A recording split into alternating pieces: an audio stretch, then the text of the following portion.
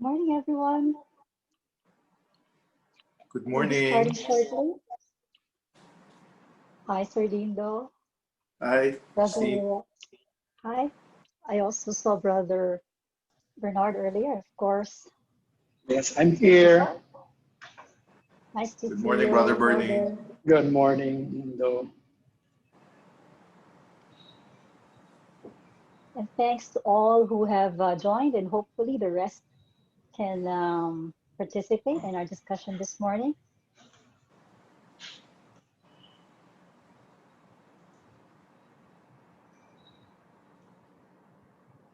I am told we shall be starting at exactly 10 a.m.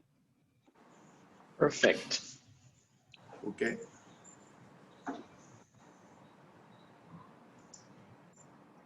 All right, so good morning, everybody. I hope everyone has been keeping safe. And I'm excited about our discussion this morning. The De La Salle University Institute of Governance, in partnership with the International Budget Partnership and the Strat-based ADR Institute, is pleased to welcome you to this virtual discussion on the 2019 Open Budget Survey, How Did the Philippines Perform? I'm Justine Espino Letargo, Communications Specialist with the Asian Development Bank, and I'm very honored to serve as your moderator for today's online knowledge activity. But before we start, may you allow me to remind everyone about our simple house rules so we can have a smooth flow of our program this morning. So to optimize our bandwidth, and for those still not familiar with the Zoom app, the participants' cameras and microphones will all be turned off, and only the speaker's cameras will be turned on, including his or her presentation will be flashed on the screen. We will have an open forum shortly after all the speakers and discussants have presented. And in the open forum, I will be reading some of the questions posed by you in our Q&A option for the presenters to reply to. The Q&A option, if you're looking at the lower part of your screen, that's one of the options which says Q&A in between participants and I think the chat box. So you may send your questions via that option.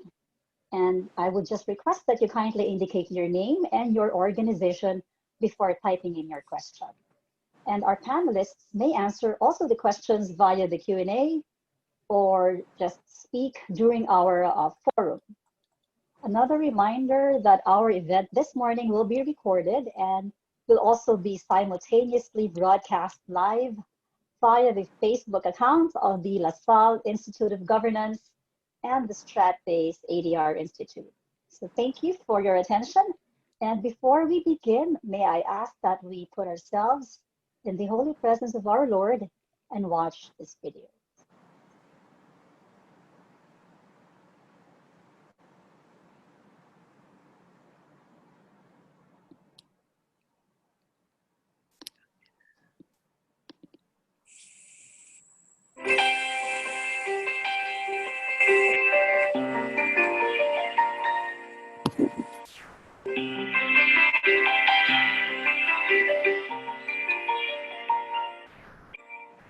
Let me be the change I want to see. To do with strength and wisdom, all that needs to be done, and become the hope that I can be. Set me free from my fears and hesitation. Let courage and humility. Fill me with spirit to face a challenge. And so the change I long to see. Today I start the change I want to see. Even if I'm not the light, I can be a spark. In faith, service, and communion. Let us start the change we want to see. The change that begins in me.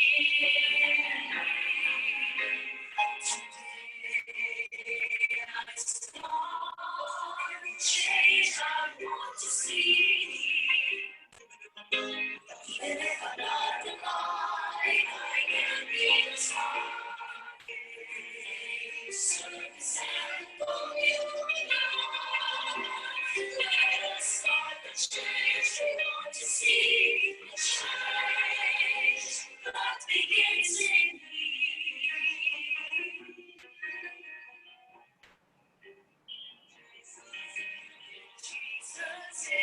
Jesus in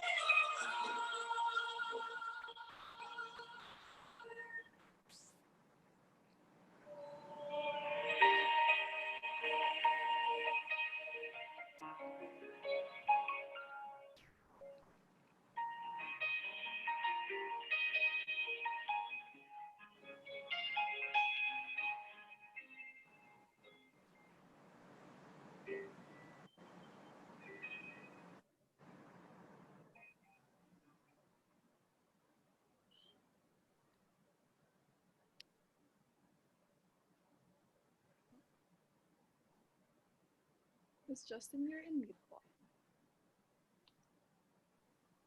Okay, and to formally welcome us in this virtual discussion, I am pleased to call on the Chancellor of De La Salle University, Brother Bernard S. Oca, FSC.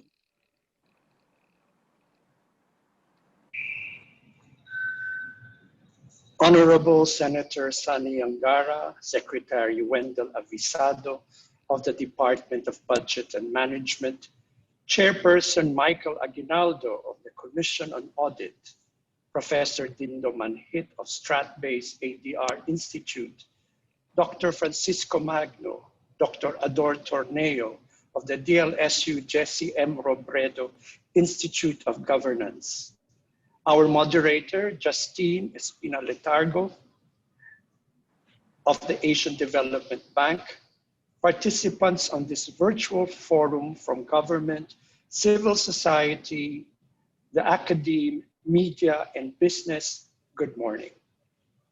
The COVID-19 pandemic has proven more than ever the importance of transparent, optimal, and relevant utilization of public resources. The national budget serves as the concrete collective aspiration and values of the people, hence the recognition that the people have the power of the purse. The national budget, when it deeply reflects the needs of the people, can effectively address the socio-economic impact of this global health crisis, especially on the marginalized and vulnerable. To ensure that management of public finance systems respond to the needs of the people, budget systems ought to be transparent and open to citizen engagement. People-centered budget systems should be characterized by functioning institutions that provide predictable and fair rules, spaces, and mechanisms for citizens to scrutinize how public funds are prepared, authorized, used, and monitored. De La Salle University, through its Jesse M. Robredo Institute of Governance, is committed to foster good governance through research, training, and community engagement.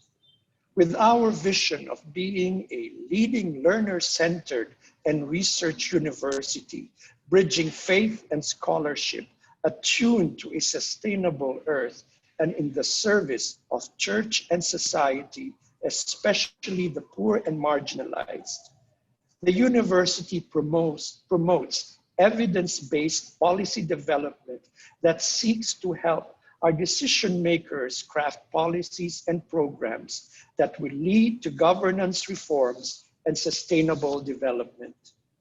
Higher education institutions such as DLSU should serve as critical knowledge hubs and platforms for collaboration of key reform stakeholders. At this juncture, I would like to congratulate our very own Dr. Francisco Magno, who served as the Open Budget Survey country expert under the International Budget Partnership.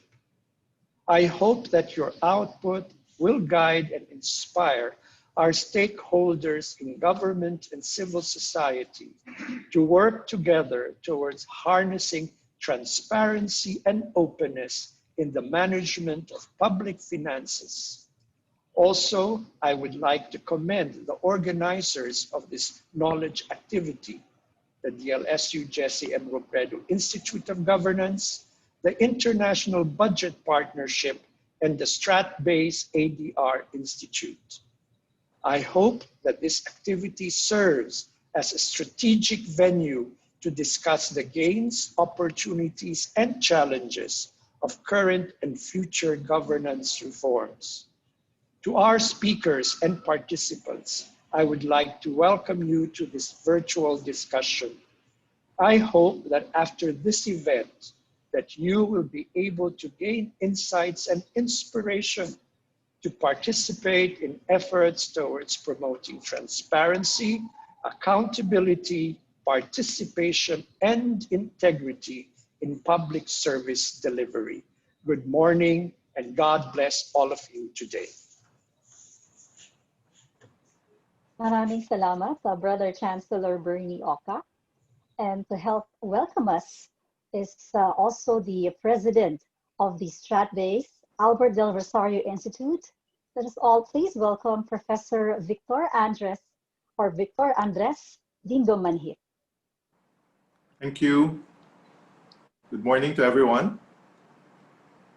Allow me to share some slides as a way to welcome and also to share our advocacy and what we have done on our little way in pushing for transparency and accountability in governance in our country. Since the global pandemic has been declared nearly 7 months ago, our own intelligence and research team under the SRI, which is a Strat-based research and intelligence team, have tracked at least 8 pandemic risks. We've always believed that risk can be turned into opportunities for reforms, opportunities even to grow, opportunities to take a different path with regards to policy. But one of our greatest fear is a COVID-19 corruption, with a lot of resources being spent under Bayanihan to Heal, Bayanihan to Recover. And as we look into the proposed budget of 2021, these are a lot of resources, taxpayers' resources, broken down into different sectors. And it reminded me of what I wrote nearly a month ago, or exactly a month ago. And I spoke of, while the budget may be a tool to advance national concerns and priorities, it could also be an instrument to fund partisan policies and projects. It is in this aspect where the national welfare should be prioritized and partisan concerns to be neutralized. And I wanted to use that as a take-off point because it reminded me of the 2019 study also of Transparency International. I sit in the board of Transparency International Philippines. We partner and work with them. We have partnered and worked also with other advocates of good governance around the world, like the National Endowment of Democracy and the site in Washington, D.C. And this report that will be presented today, the Open Budget Survey of 2019, and I congratulate a colleague and a friend for decades, Dr. Kiko Magno, is really a good guide to reframe corruption. It could be a risk that corruption could be a threat to democracy and stability, and it could reflect weak institutional bureaucratic mechanisms, as COVID-19 has given governments the opportunity to skip accountability measures and democratic procedures under the guise of emergency powers. But to ensure responsible management of public finance, we must create and maintain systems of transparency, keep data open to the public for direct engagement, And it's only with critical engagement and scrutiny across sectors, including civil society, business, and academia, that we can mitigate the threat corruption poses to our democratic process during this global pandemic. That's why here in Strat-based ADR Institute, we're proud to continue our advocacy to build a foundation for transparency. And I'm thankful that we are all here, even with our colleagues, not only the academe, but beyond the academe, our fellow reformers inside government, reformers in civil society organizations, and mere citizens, that maybe we can build a foundation for transparency on the idea of promoting access to information, thus empowering civil society and oversight mechanisms, or even effective government relief by protecting feedback mechanisms that allow whistleblowers to call out abuses in choice of suppliers, packaging, misallocation, and other pain points. Or simple financial management reform, a two-way effort with proactive communication on the side of government and equally careful monitoring of spending and budgets by civil society and the private sector.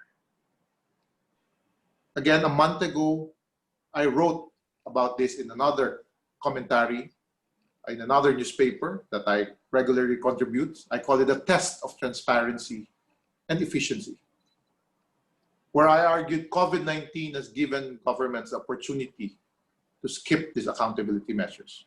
Hence, we need responsive governance founded on the principles of transparency and accountability to surmount the economic and health challenges we face in the wake of this global pandemic.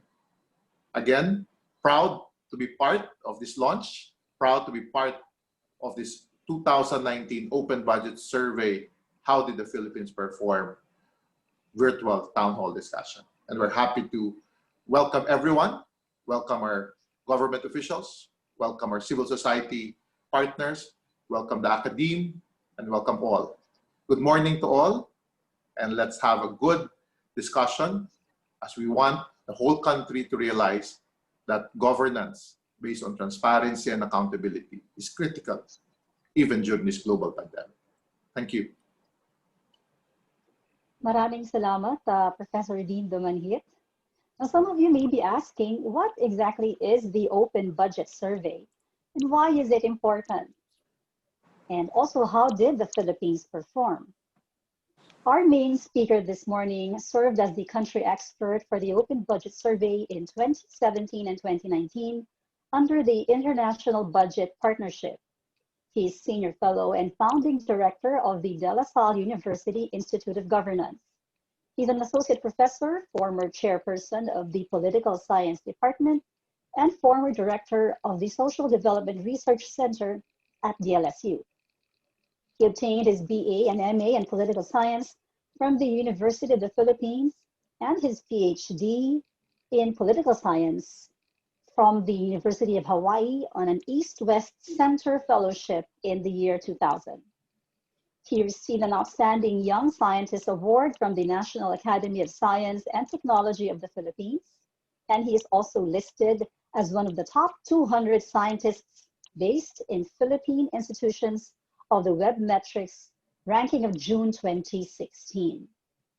Friends, let us all welcome colleague and also my friend, Dr. Francisco Kiko Magno.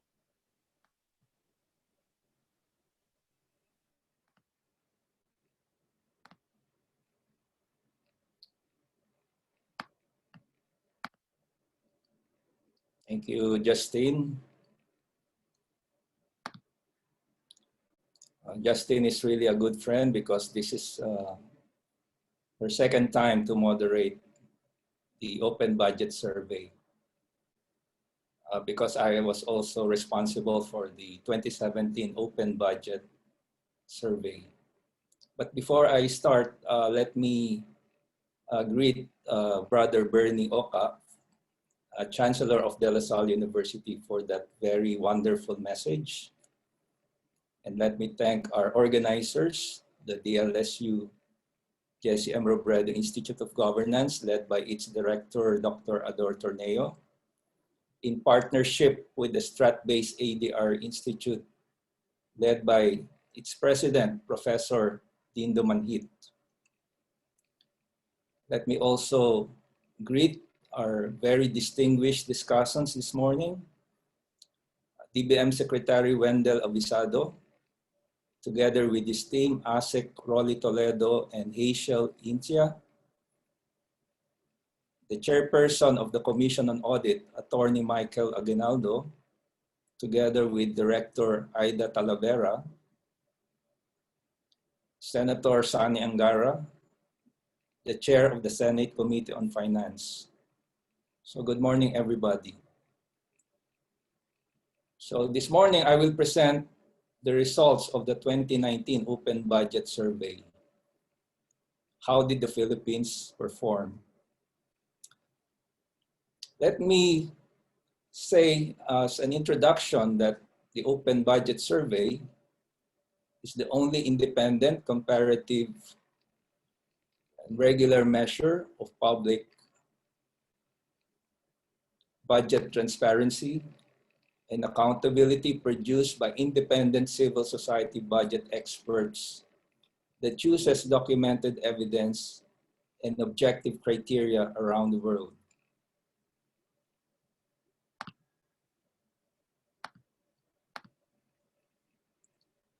The Open Budget Survey examines the role that legislatures, supreme audit institutions, and independent fiscal institutions play in the budget process and the extent to which they are able to provide effective oversight of the budget. So we can see that when we speak of an open budget, we are really referring to an ecosystem. So you have different budget institutions at play.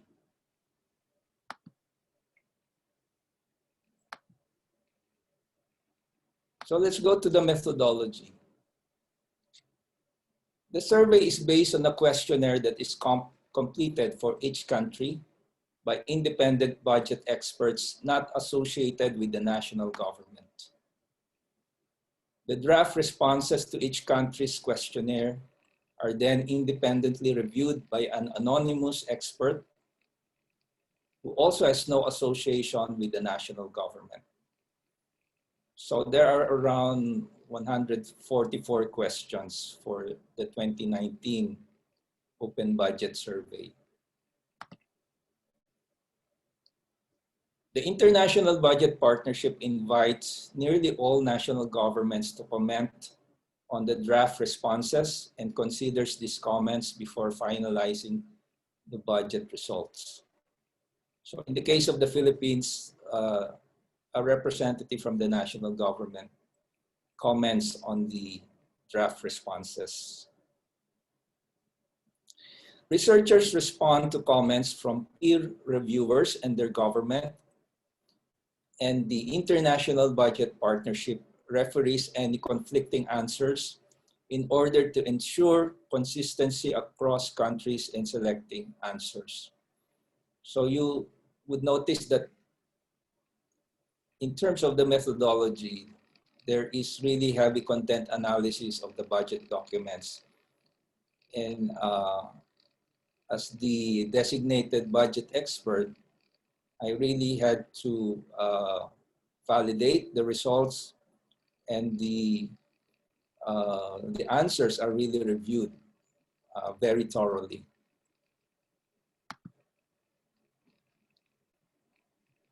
So why is the survey important? The survey deals with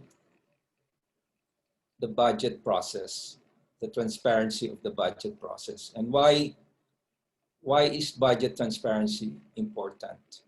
Because government budget decisions in terms of what taxes to impose, what services to provide, and how much debt to take on affect how equal a society is and the well-being of its people, including whether the most disadvantaged will have real opportunities for a better life. It is critical that governments inform and engage the public on these vital decisions that impact their lives. So I already mentioned the budget ecosystem So the Open Budget Survey is a fact-based research instrument that uses internationally accepted criteria to assess public access to central budget information, formal opportunities for the public to participate in the national budget process, and the role of budget oversight institutions such as the legislature and the auditor in the budget process. So there are 117 countries that participated in this survey. So in the case of the Philippines, our country has been participating in the Open Budget Survey since 2006. So let's look at the performance of the Philippines in the Open Budget Survey for 2019. So out of the highest score is 100, it scored 76 in transparency. This is the Open Budget Index score. 31 in public participation, and 74 in budget oversight. So these are really the three important criteria in the Open Budget Survey. It's transparency, public participation, and budget oversight. So how does the Philippines compare with others?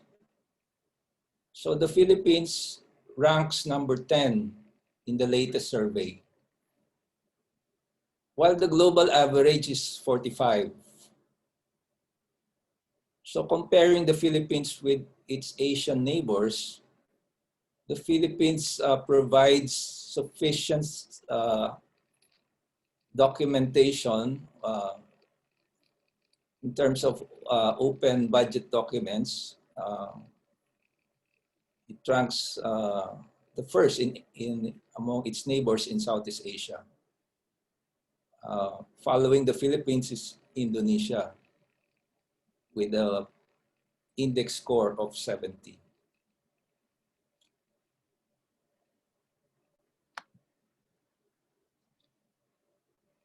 So how over the years, how has the transparency score for the Philippines changed over time?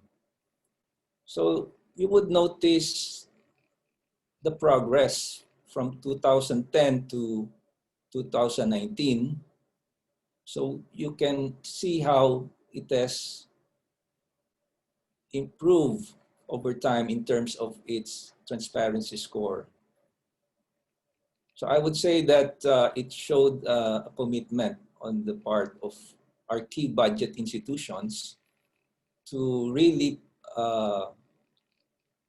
engage in the process of opening up the budget process.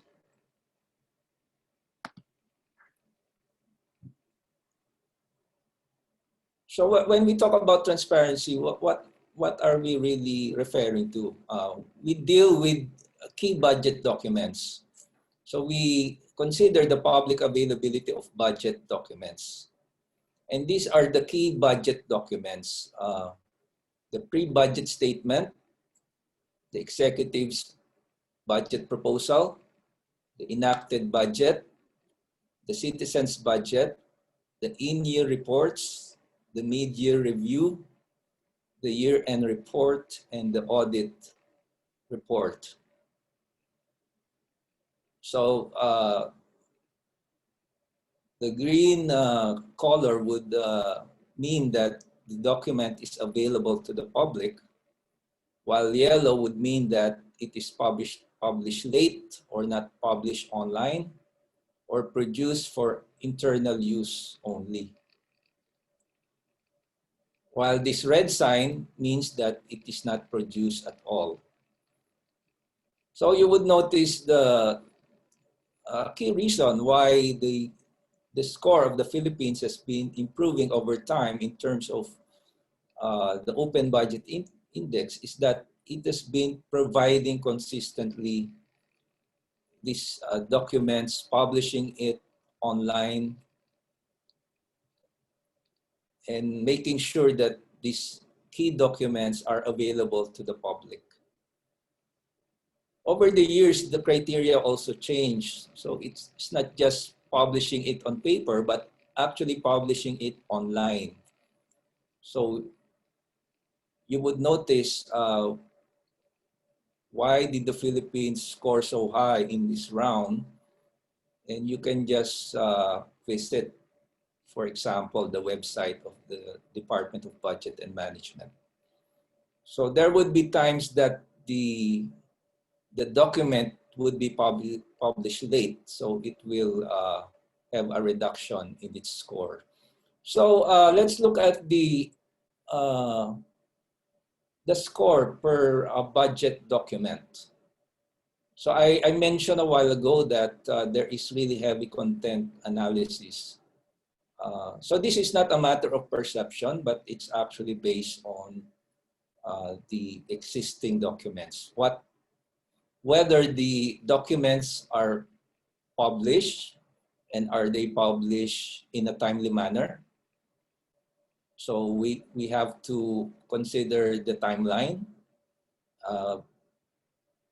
because if it's published late, then in the whole process, there would already be risks with respect to the review process and the monitoring process.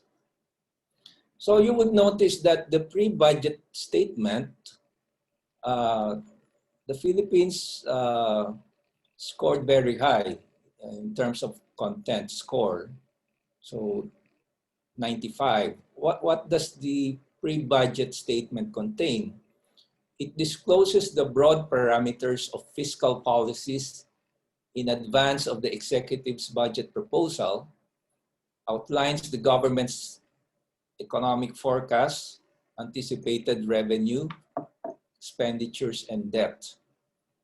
So it's in the case of the Philippines, it's the budget priorities framework in tandem with the national budget call.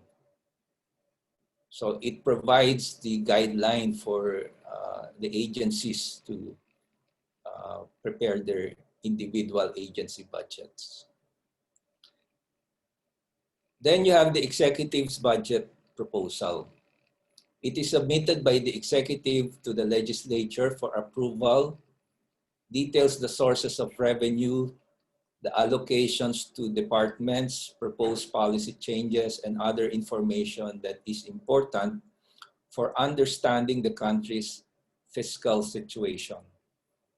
So in the case of the Philippines, we have several documents, including the President's budget message, the National Expenditure Program, the budget of expenditures and sources of financing, staff summary, and the technical notes. So every country has different nomenclatures, and even the number of documents differ. So in the case of the Philippines, we have several documents that constitute the executive's budget proposal. So this is the one that is submitted to Congress. So this is the one that is being reviewed currently by Congress. So the score of the Philippines here is 79 for executive's budget proposal. Then you have the enacted budget. So this is the budget that is passed and approved by the legislature. So this eventually becomes the General Appropriations Act once it is signed by the President.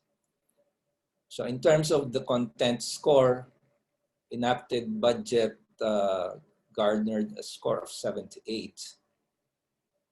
The citizens' budget, which is a document that is previously not part of the survey. So this is one of the recent additions to the open budget survey. What do we mean by the citizens' budget? It is a simpler and less technical version of the government's executive's budget proposal or the enacted budget, designed to convey key information to the public.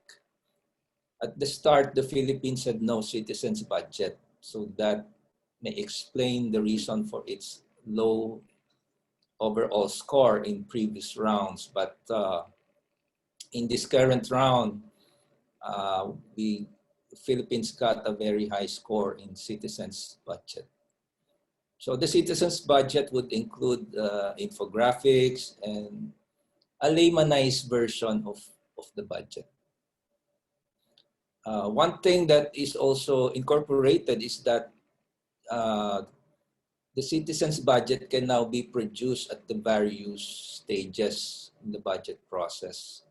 Whereas before, the criteria is only executive budget proposal or the enacted budget. So you can even get a higher score if you have a citizens' budget version of the other budget documents. Like in the case of the Philippines,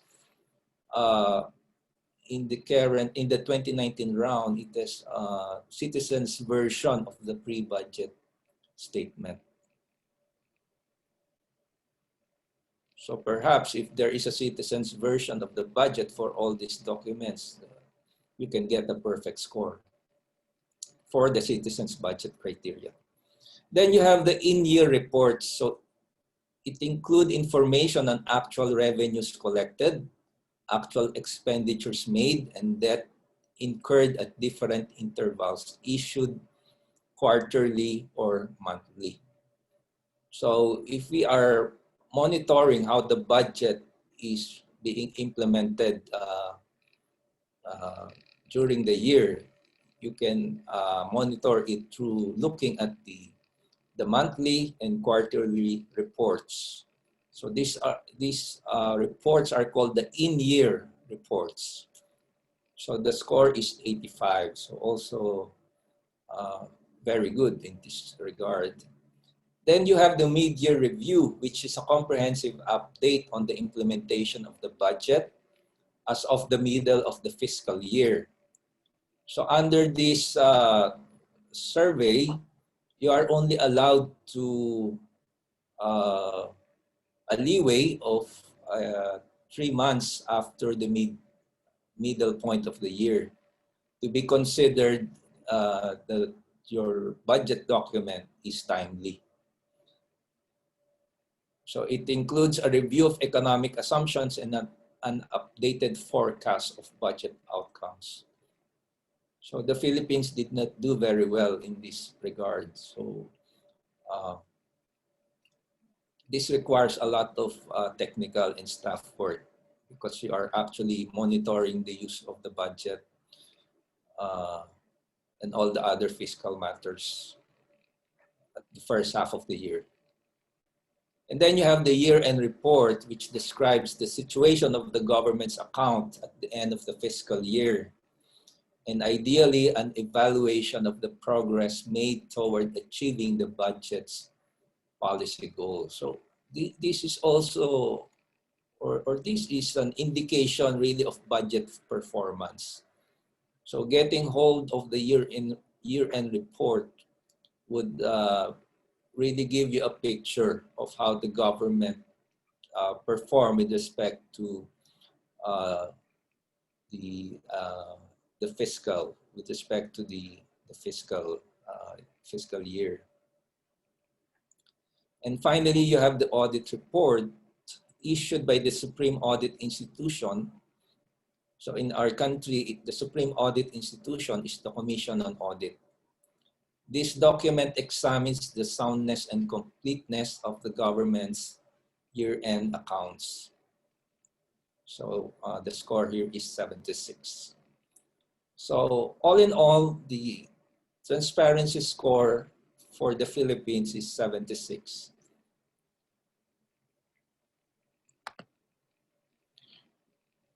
What changed in 2019?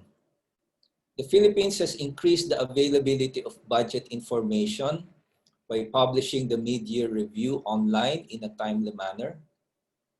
So we should remember that in the previous round, the mid-year review or the mid-year report was published late.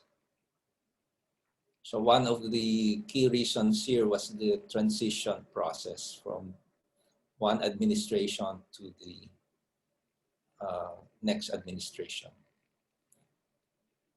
And then increasing the information provided in the enacted budget and adding an executive summary to the audit report.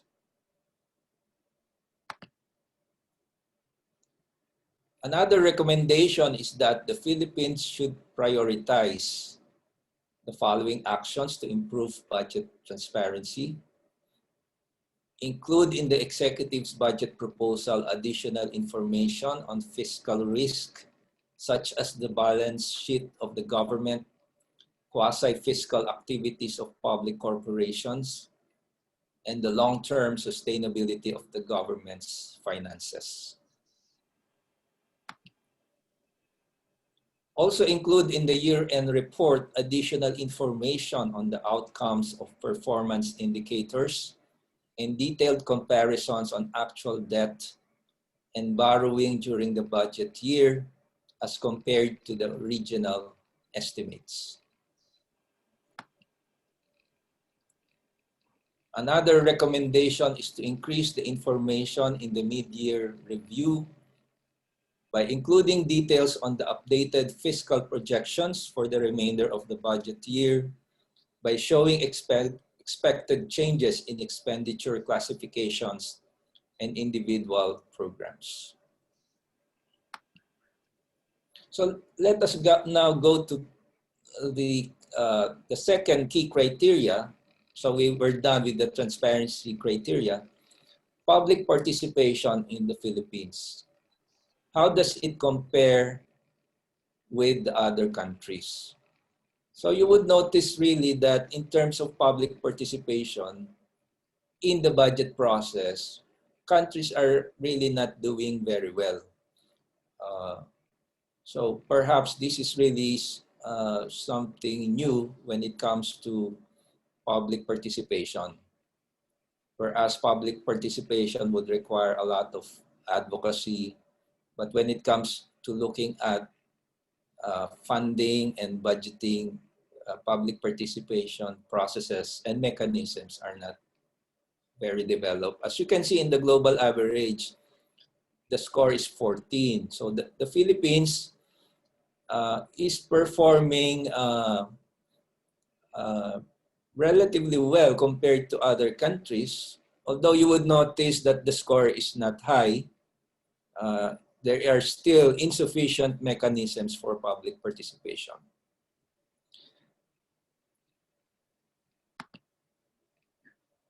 So what would be the extent of opportunities for public participation in the budget process? Because we have to understand that the budget process has different phases, from formulation to approval to implementation to the audit. So it cuts across the various branches of government and the various oversight institutions, from the executive to the legislature and back to the executive in terms of implementation, and the Supreme Audit Institution or the Commission on Audit. So the score is 33 in the budget formulation process and 11 in the budget approval or budget legislation. So very low in this regard. And in implementation, budget monitoring is still low, but we have new participatory mechanisms in the budget auditing process. The citizen participatory audit has been mainstream in the Commission on Audit programming. So this would explain why public participation in the audit process scored high. So now we go to the recommendations. The Department of Budget and Management, while allowing for civil society inputs through the regional development councils, can further strengthen public participation in the budget process by prioritizing the following actions: expand mechanisms during budget formulation and implementation that engage any civil society organization or member of the public who wishes to participate. Actively engage with vulnerable and underrepresented communities directly or through civil society organizations representing them.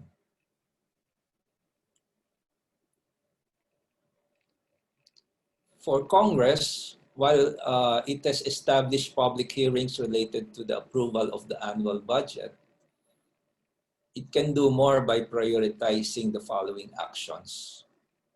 Allow any member of the public or any civil society organization to testify during its hearings on the budget proposal prior to its approval.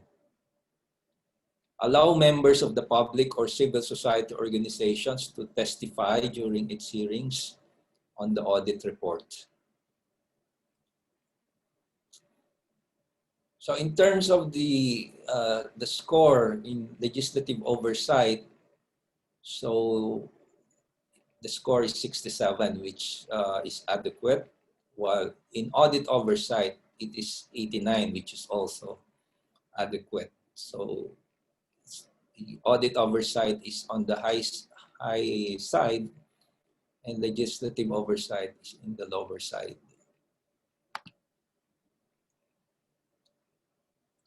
Another recommendation is for Congress should provide adequate oversight during the planning stage of the budget cycle and adequate oversight during the implementation stage. To make its oversight even more effective, it should prioritize the following actions. The legislature should debate budget policy before the executive's budget proposal is tabled and approve recommendations for the upcoming budget.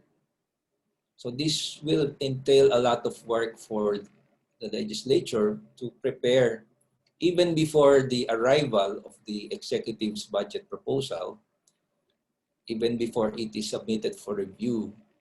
It should already be doing consultations, doing its own review of the budget, including the assumptions included in the budget proposal. A legislative committee should examine in-year budget implementation and publish reports with their findings online. A legislative committee should examine the audit report and publish a report with their findings online.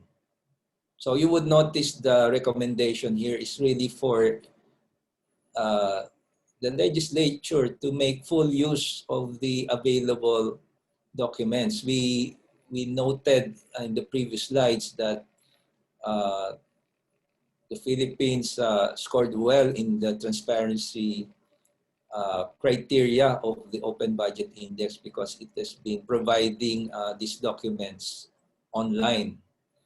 But in the area of participation and oversight, it indicates that the use of these open documents have not been fully optimized. So there should be greater use of these documents in order to monitor budget performance.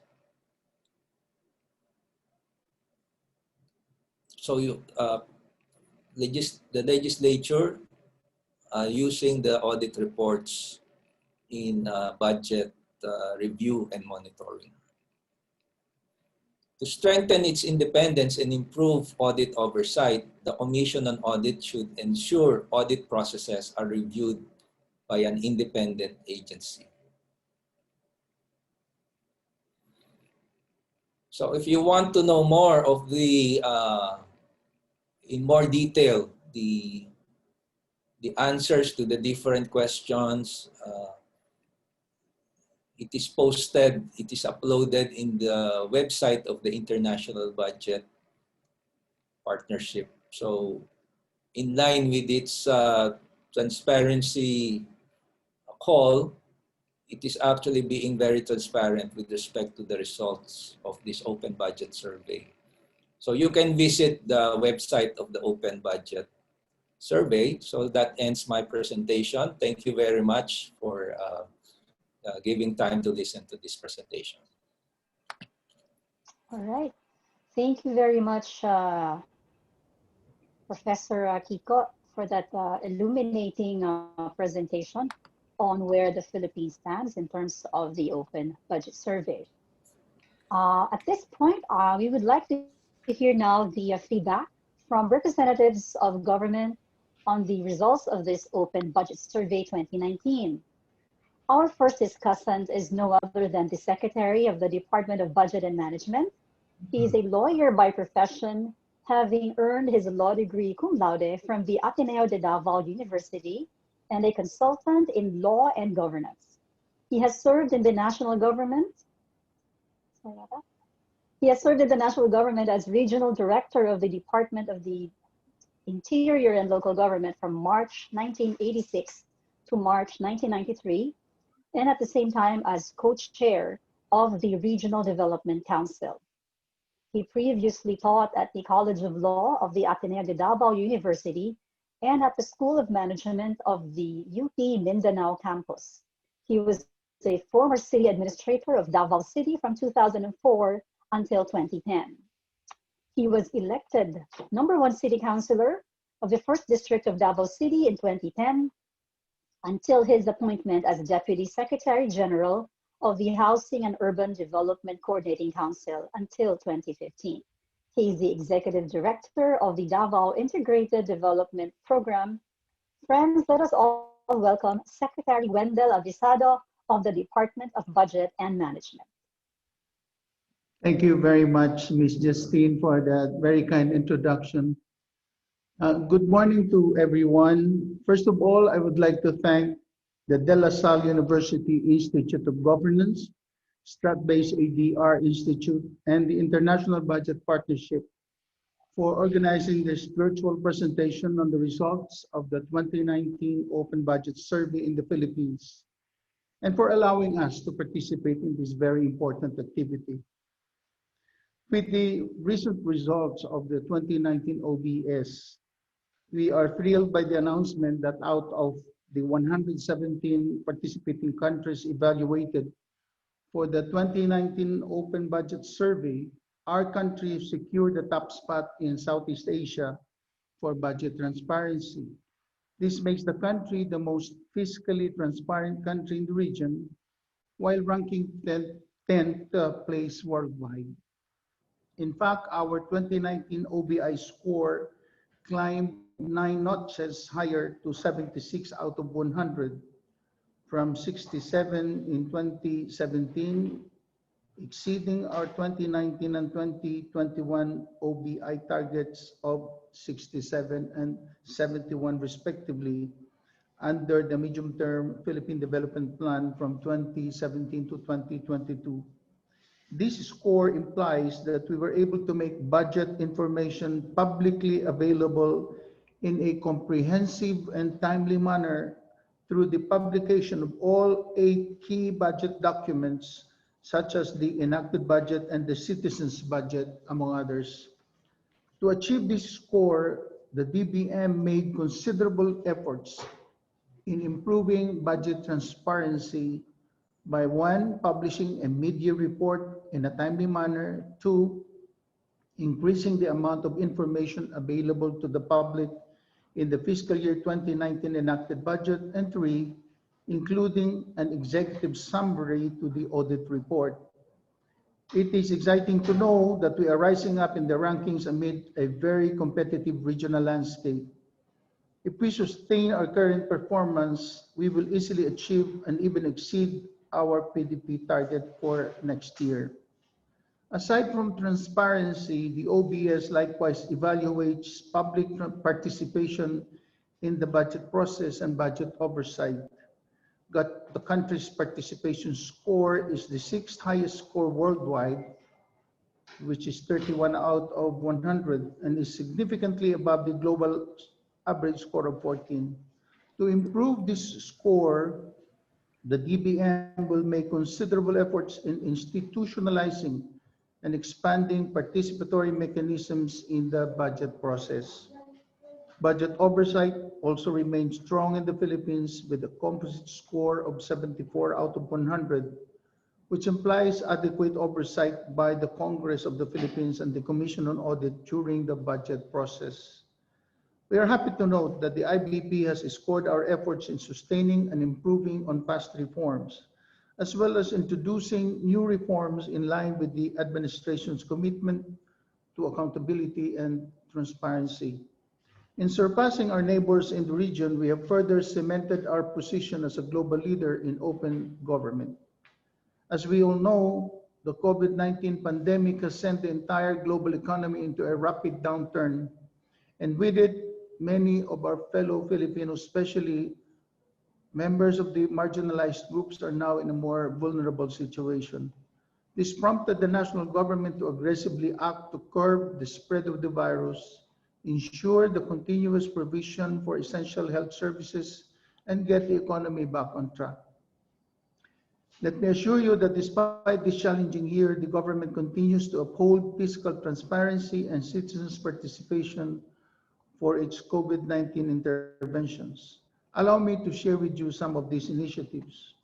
On Bayanihan 1, at the national level, we have continued to uphold budget transparency through proactive disclosure of the funds augmented and reallocated for priority programs, activities, and projects being implemented in response to the pandemic. In fact, we at DBM released allotments amounting to some 389.22 billion to various agencies for their COVID-19 response interventions. Bulk of the COVID-19 budget went to programs that provide assistance to low-income households, displaced formal and informal workers, distressed overseas Filipino workers, and affected farmers and fisher folks. One of the programs largely supported by the national government is the Social Amelioration Program, or SAP, under the DSWD. To support its funding requirements, the DBM has released 211.6 billion pesos. For the first tranche of implementation, the DSWD has already served 17,695,836 beneficiaries, while for the second tranche, 13,910,110 beneficiaries received their cash subsidy. On the other hand, all beneficiaries under the Department of Labor and Employment Camp and Tupad programs and the Department of Finance SSS Small Business Wage Subsidy Program, as well as the Department of Agriculture's Rice Farmers Financial Assistance Program and expanded Sure Aid and Recovery Project for farmers and fisher folks, have also received the respective financial assistance. To ensure budget transparency in the use of these funds, the DBM issued circular letter number 2020-9, which compels national government agencies and departments to submit reports on the utilization of their agency budgets for COVID-19 initiatives. At the local level, cities and provinces and municipalities are allocated with Bayanihan grant that can be exclusively used for COVID-19 initiatives and expenses. As of September 30 of this year, 18.6 billion was utilized by 837 local government units, in which bulk of the amount went to food assistance and procurement of hospital equipment and supplies. To ensure budget transparency in the use of this grant, the DBM required the recipient local government units to prepare and publicly disclose monthly reports on the implementation of COVID-19 programs and its corresponding fund utilization. The DBM has also mobilized its regional offices to ensure that the LGUs submit the required reports. Aside from upholding fiscal transparency at the local and national levels, the executive branch also published and submitted 14 weekly Bayanihan reports to Congress, which contained information and updates on government initiatives being implemented pursuant to Bayanihan 1. On Bayanihan 2, our efforts to fund COVID-19 response programs and uphold fiscal transparency for the remainder of the year does not stop here. With the recent signing of Bayanihan 2, we are prepared to release at least 140 billion pesos or more, or rather more, to bring additional services and assistance to the Filipino people during this health crisis. The budget allocations under Bayanihan 2 include COVID-19 response programs and initiatives that will help ramp up COVID-19 testing and contact tracing efforts. This will also cover funding support for continuous hiring of additional human resources for health, provision of special risk allowance for private and public healthcare workers, and augmentation for the operations of DOH hospitals, among many others. Assistance will also be provided to aid businesses or affected businesses and help our vulnerable fellow Filipinos, including displaced workers from the agriculture, transportation, education, and tourism sectors recover from this pandemic. As of October 2, 2020, the DBM has already released 2.52 billion to the DILG to cover the funding requirements for hiring and training of contact tracers. Subsequent releases will be made upon submission of the special budget requests and other pertinent documents by the implementing agencies. Similar to Bayanihan 1, the President also submits a monthly report to Congress and to the Commission on Audit on the targets and actual accomplishments of government programs, strategies, plans, and all other efforts relative to the COVID-19 pandemic. The terms and conditions of any loan entered into by the government to finance the programs and projects to implement this law is likewise included in the report. At the local level, Bayanihan 2 also allows local government units to realign their local funds for COVID-19 expenditures. LGUs also have the option of increasing their personnel services expenditures to hire additional healthcare workers and generate temporary job positions. Essential goods and products intended for addressing and responding to COVID-19 are subjected under emergency procurement rules, with preference to those made, manufactured, and produced locally. To ensure budget transparency in the utilization of local funds, the DBM recently issued Local Budget Circular number 128, which again requires, among others, LGUs to prepare quarterly reports on COVID-19 programs and its corresponding fund utilization. The reports must be posted in at least 3 conspicuous places, public places in the locality and on the LGU's website. A written notice must also be sent to the DBM and to Congress once the reports are posted.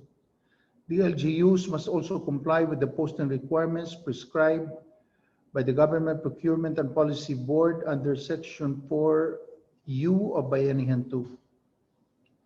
Aside from upholding public transparency at the local and national level, the government also have an official COVID-19 response website that is covid19.gov.ph, which serves as a one-stop shop for basic comprehensive information about the COVID-19 pandemic and the initiatives of the national government to address its impact. The government also conducts daily press briefings in which the public can ask questions and seek clarifications directly from government officials regarding COVID-19 measures. The government also recently launched the Philippine Humanitarian Assistance Registry website. This is the primary government website for information, inquiries, and procedures on all local and foreign humanitarian assistance to the Philippine government. Information on the distribution and utilization of humanitarian assistance to the intended beneficiaries may also be viewed on the website. Aside from our COVID-19 initiatives, we also ensure fiscal transparency by regularly keeping up with the publication of key national budget documents. We are also sustaining the implementation of our fiscal openness programs, such as the transparency seal, open data, full disclosure policy, and seal of good local governance. The government also puts premium on citizens' engagement as an integral part of the whole budget cycle to be able to build greater public trust. Hence, we have participatory governance mechanisms in place throughout the local and national budget process. This is through the formulation of budget priorities under the local development investment plan and the regional development investment plan, which are all formulated by government and participated in by people's organizations as well as non-government or representatives.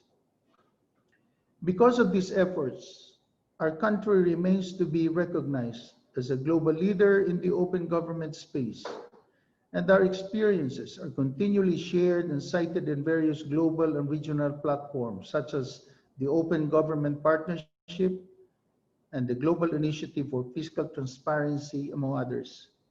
The Philippines is in fact one of the 8 founding members of the Open Government Partnership, which is a global effort to make governments better by securing concrete government commitments that promote transparency, empower citizens, fight corruption, and harness new technologies.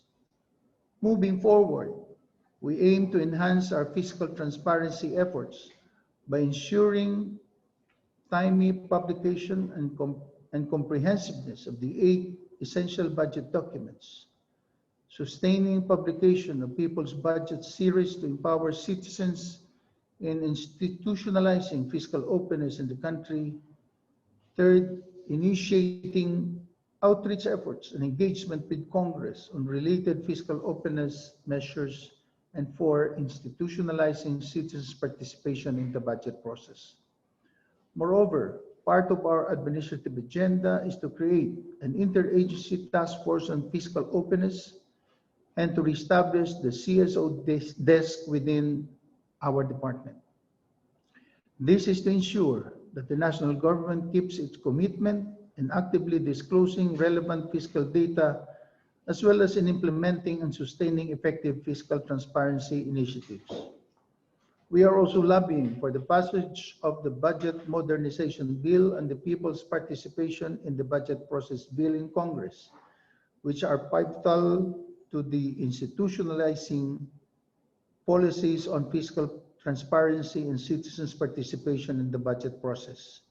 The bill will put in place the annual cash-based budgeting regime that is expected to quicken program delivery as well as strengthen the focus and accountability of government as program outputs become more clearly linked to their appropriated budget. It is therefore clear that if fiscal openness is pursued, the outcome can only be a government budget that is responsive and targeted to the needs of the citizens. Hence, we will sustain our government efforts moving forward by ensuring that the proposed 4.506 trillion national budget for next year reflects the government's commitment to focus government spending on improving our healthcare systems, ensuring food security, enabling a digital government, and restoring, reviving, and strengthening our economy, as well as helping communities cope and prevail in these most trying times. In closing, let me say that opening up timely and comprehensive financial management information to the public, especially during this time of the pandemic, ensures that citizens are kept informed of government policies and decisions and enable them to collaborate and engage with government in enhancing public policies. As the chairperson of the Open Government Partnership Steering Committee and co-chairperson of the Participatory Governance Cabinet Cluster, the DBM is at the forefront in the promotion of game-changing governance reforms on fiscal openness and citizens' engagement. We hope that you will trust us to continue to engage our legislature, our constitutional bodies, and our citizens in our drive to enhance budget openness, transparency, and accountability. Maraming salamat po. Maraming salamat po, Secretary Avisado, for that very important presentation describing to us your the latest measures toward improving the budget process, as well as in furthering opening up that process to more citizens. To continue on with our program, our next distinguished discussant will be providing the perspective of the legislature. He is currently the chair of the Senate Committee on Finance. Our next discussant, Senator Juan Edgardo Sani Angara, is among the most hardworking and productive members of Congress, having sponsored or authored more than 200 laws in his nearly 2 decades of service as a legislator. Like his parents, former Senate President Edgardo Angara and teacher Gloria Manalang, Senator Sani values education as a tool for fighting poverty. He has worked to widen access to education, pushed for laws that improve healthcare services throughout the country, authored legislation to ensure sustainable jobs and decent working conditions, which also include measures that champion women, protect senior citizens and persons with disabilities, and assist the informal sector, as well as legislation that supports Filipino athletes. Senator Sani represented the Aurora province for 3 terms in the House of Representatives from 2004 to 2013, before he was elected to his first term as senator in 2013. And for his achievements, he was recognized as one of the 10 outstanding young men for government service and legislation in 2010, and also one of the outstanding Manilans for public service in 2017. Senator Sani is a graduate of Xavier School, the London School of Economics, the University of the Philippines College of Law, and Harvard Law School. And he also has been a regular newspaper columnist and a professor of law. Friends, let us all welcome Honorable Senator Sani Angara through this video message.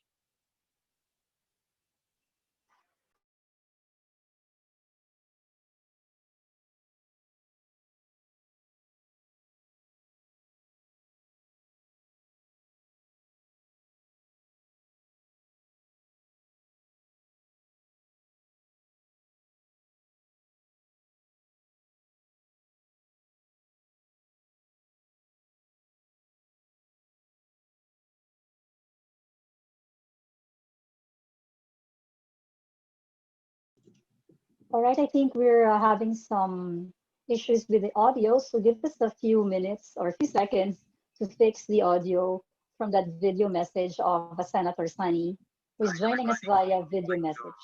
Thank LaSalle, the Strat-based ADRi Institute, and the Open Budget Partnership for inviting me to deliver a message in today's session. It's a great honor, and I think you cannot overestimate the importance of a budget in public life for our institutions and for in terms of helping our people achieve their goals and aspirations. I'm gratified to hear that the Philippines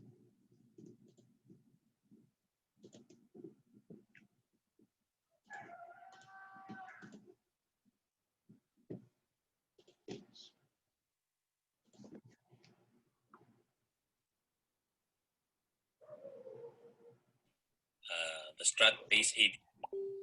Hi, everybody. I'd like to thank LaSalle, the Strat-based ADRi Institute, and the Open Budget Partnership for inviting me to deliver a message in today's session.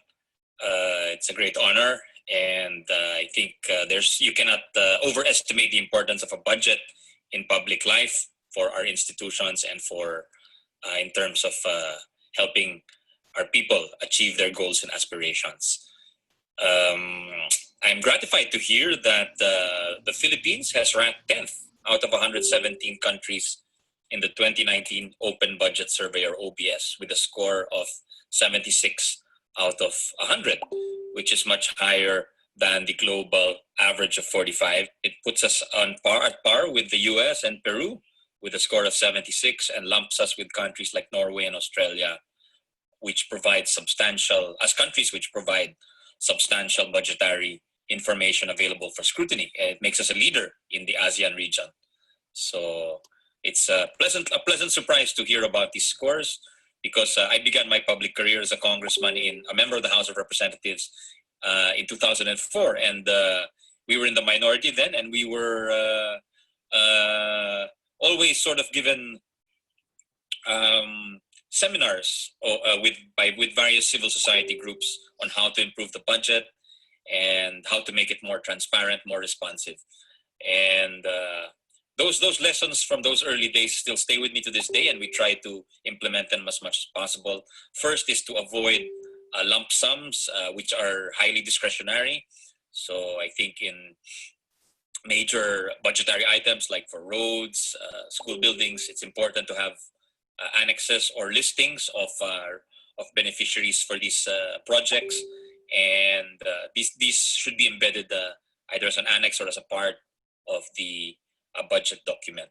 So we have seen how over the years the budget has somehow improved and become more transparent. I've seen in, for example, the Department of Public Works, there is a greater detail in the listing of projects, more line items. Of course, it not too good for the environment, perhaps, because you require a lot more paper and the budget becomes more thick, a bit thicker. But nothing is perfect, I suppose. And I think a lot of institutions deserve credit, not limited to both houses of Congress, but civil society, of course. A lot of the academe. I think the Supreme Court has issued some very specific decisions in the last few years, which has enriched our jurisprudence and also set forth the limits for budgetary action by both the Congress and both the executive and Congress. No? There's the DAP decision, the Araulio decision. So really very important in laying down the boundaries as set forth in our Constitution. I think the Senate has tried to do its part in furthering transparency and accountability.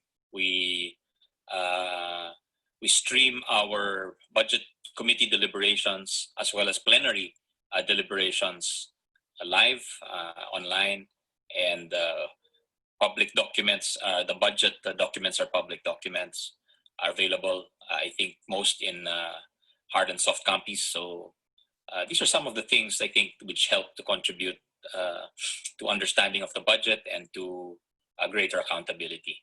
I think the Department of Budget and Management has also played its part, as well as the COA, or the Commission on Audit, where they post the audit reports of various agencies on their website. DBM posts its budgetary issuances, which have the force of law, as we know. So I think this contributes also to kind of like a form of self-regulation in a sense, because I think many agencies would not want to have adverse audit findings posted for everyone to see. So I think there's some deterrence there. And these efforts by our government agencies have also been noted. So there has been incremental advances over the years, but 76 out of 100, there shows there's 24 percentage points more for improvement. So let's discuss how we can get those 24 points and move up the ladder and then build on whatever gains we've made over the years. So thank you once more, and wish you all a fruitful discussion. Stay safe, everybody. Mabuhay. Maraming salamat, Senator Sunny, who is representing the Philippine Senate and Congress, which is a key partner sa ating pagtataguyod ng budget transparency process. I'm seeing about 3 or 4 questions already in our Q&A option. If you have the questions, do type in your questions or comments in our Q&A box at the bottom part of our screen. And at this juncture, I would like to now also introduce another distinguished discussant to provide the perspective of the Supreme Audit Institution. He is currently the chairperson of the Commission on Audit. He's a lawyer by profession with extensive legal, governance, and administration expertise acquired from 23 years of professional work as private law practitioner, government official, and professor. Before his appointment to the COA, he was the Deputy Executive Secretary for Legal Affairs of the Office of the President. He headed the Investigation and Adjudication Office and oversaw the implementation of integrity initiatives consistent with the United Nations Convention Against Corruption. He obtained his law degree from the Ateneo in April 1992 and also holds a special degree in international economic law obtained from the University of Michigan in Ann Arbor, Michigan in May 1997. Our speaker placed 7th in the 1992 Philippine Bar exams. So please help me in welcoming co-chairperson attorney Michael Aguinaldo. Yes, good morning, everyone. I attended the session, I think, back in 2017, held at Del Salle University. And so I'm a bit disappointed that I couldn't go back to my alma mater.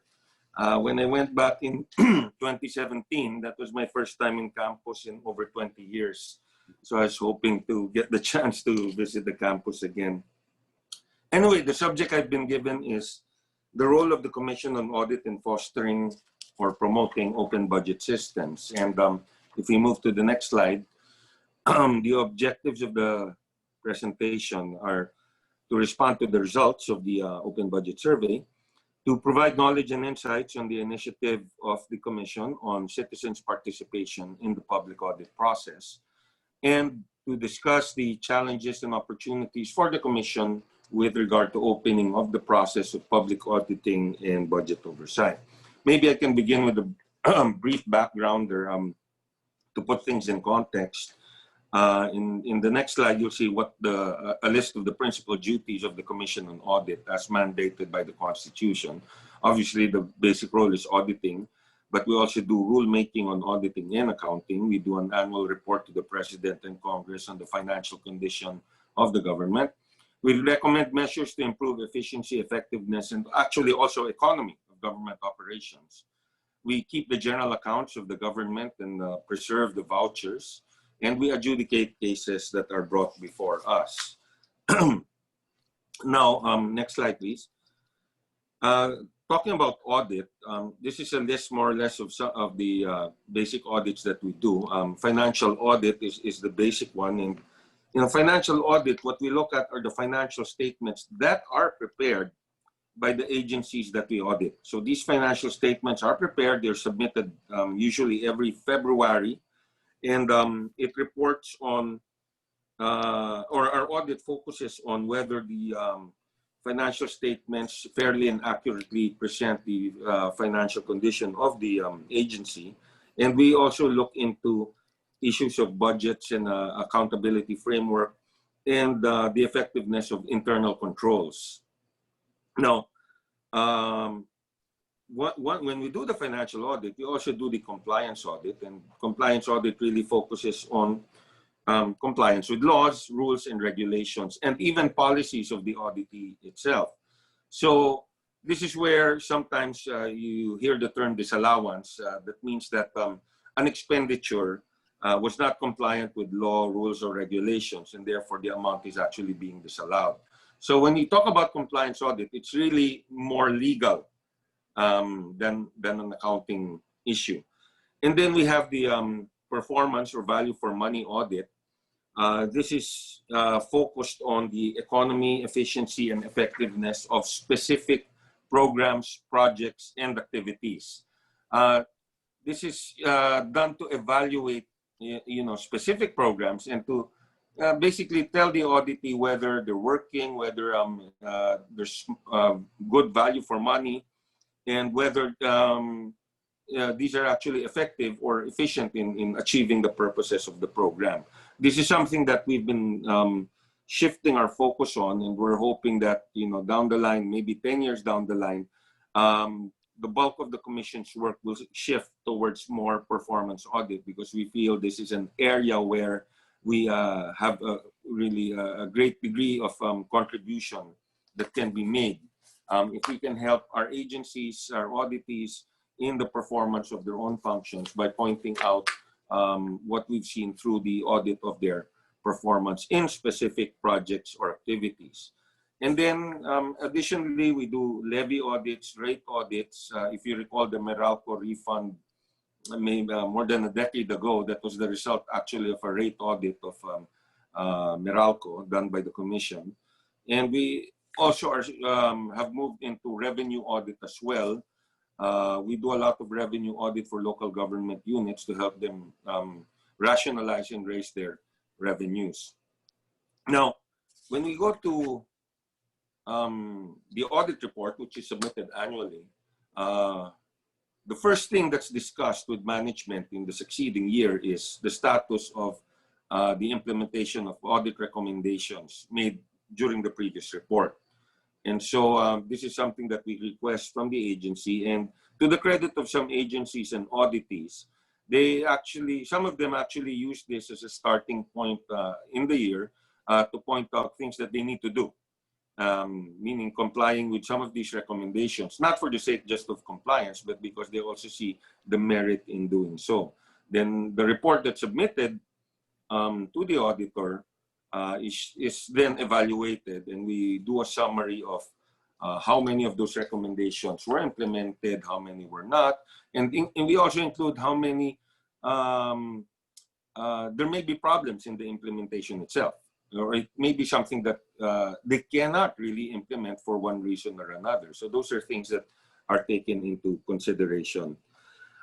Just the same, of course, in the course of the audit, we do have a lot of challenges, a lot of roadblocks as well in the performance of our functions, both internally and externally. Just to give you an example, internally, I do have, or the Commission does have, an aging workforce. And in some years, we might be able to recruit maybe 900 new hirees, you know, including accountants, lawyers, and engineers. But I'll find that about 400 of our existing personnel will have retired also that year. So that only gives me a net hiring of about 100.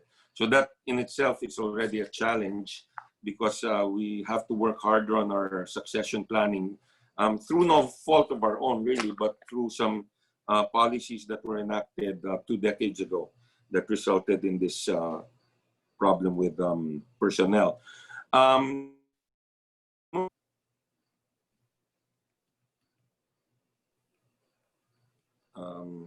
Yes, can we move to the next slide? Okay, thank you. So some of the initiatives we've done to improve the quality and timeliness of audits, of course, continuously we do trainings and we prepare manuals on the different aspects of audit. We do have both a quality assurance office and a quality assurance manual. So this goes into double checking the output done by the auditors.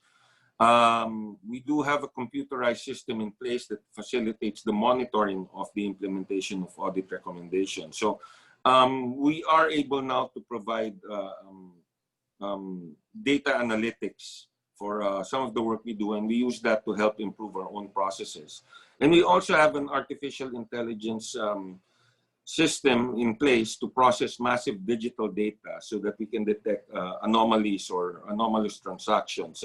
You don't really actually detect the anomalous transactions using AI itself, but it already points out certain statistical anomalies or, say, duplications of names and the like. So it helps filter the information. It makes it easier for our auditors to detect any anomalies in the data. If we move to the next slide. As I mentioned, we do adjudicate, and you'll either see a disallowance or a charge against an agency or even an official of the agency. And because there is quite a lot of, well, to put it in perspective, we audit over 60,000 agencies. But don't get too surprised, because the bulk of those, maybe about 45, 46,000, are barangays. And those are audited on a cyclical basis, so not every year. But nonetheless, every year we come out with about 15 to 16,000 reports. And in some cases, there are disallowances issued against some of our auditees. And so there is an appeal process that's followed. But we do have a huge backlog, and this is something that we're working on to try and reduce by streamlining the process, enhancing our records management, and strengthening the enforcement and monitoring of decisions on audit disallowances and charges. Next slide, please. Also, some of our disallowances or findings result in cases being filed before the Office of the Ombudsman and other offices. And we do, of course, a fraud audit whenever we see evidence of or indicia of fraud or badges of fraud in certain transactions. And so we work with a lot of anti-corruption government agencies. We have existing arrangements or memorandum of agreement with agencies such as the Ombudsman, the PACC, the AMLAC, the SEC, the Philippine Competition Commission, just to name a few. And so we do a lot of collaborative work with these agencies. Next slide, please. And with regards to the management of the information on financial systems, we also work with the DBM and the National Treasury and the DOF in their initiatives to enhance government accounting and financial management systems. And these are just a few examples of what we've done through the years and are working with these agencies towards getting, hopefully, an integrated financial management information system that would serve multiple purposes. And just to say, at least from the audit perspective, it would go a long way in facilitating the speed and the delivery of the audit services. Next slide, please. And of course, we recognize that there's a lot of work that also has to be done internally. Things we're looking at, certain amendments to the government auditing code, which is a bit over 40 years old, I think. Strengthening IT infrastructure, probably one of the results of the pandemic is it accelerated the digitization process in government because of necessity, really.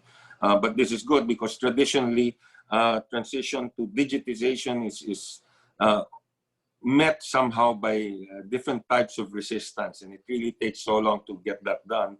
This pandemic has forced us to actually move faster in terms of digitization, and hopefully the existing infrastructure will be improved as well to support the greater reliance or the growing reliance on digitization. Strengthening our technical support services, that includes our engineers and those that do valuations. Rationalizing our plantilla.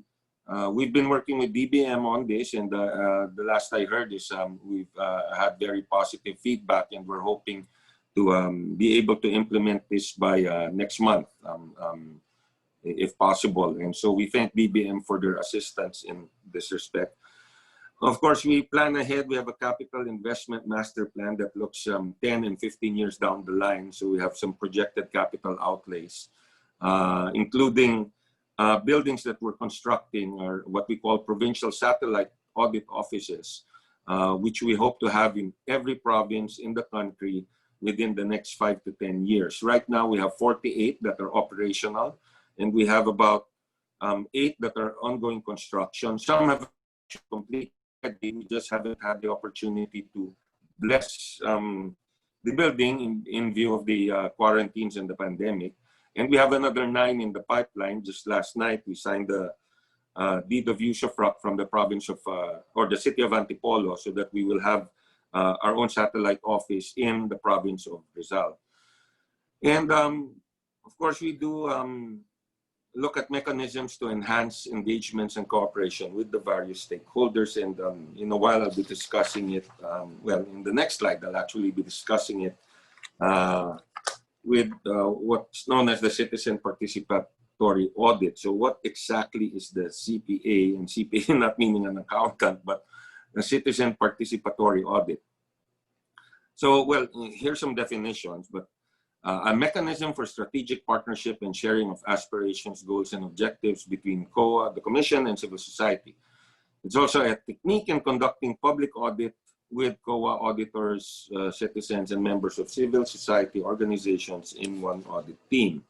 And if you look in the next slide, the third is a technique for citizen and civil society partnership with the Commission in other areas of the Commission's work. But put it simply, the citizen participatory audit engages ordinary citizens and civil society groups to assist in the audit of specific programs, projects, and activities.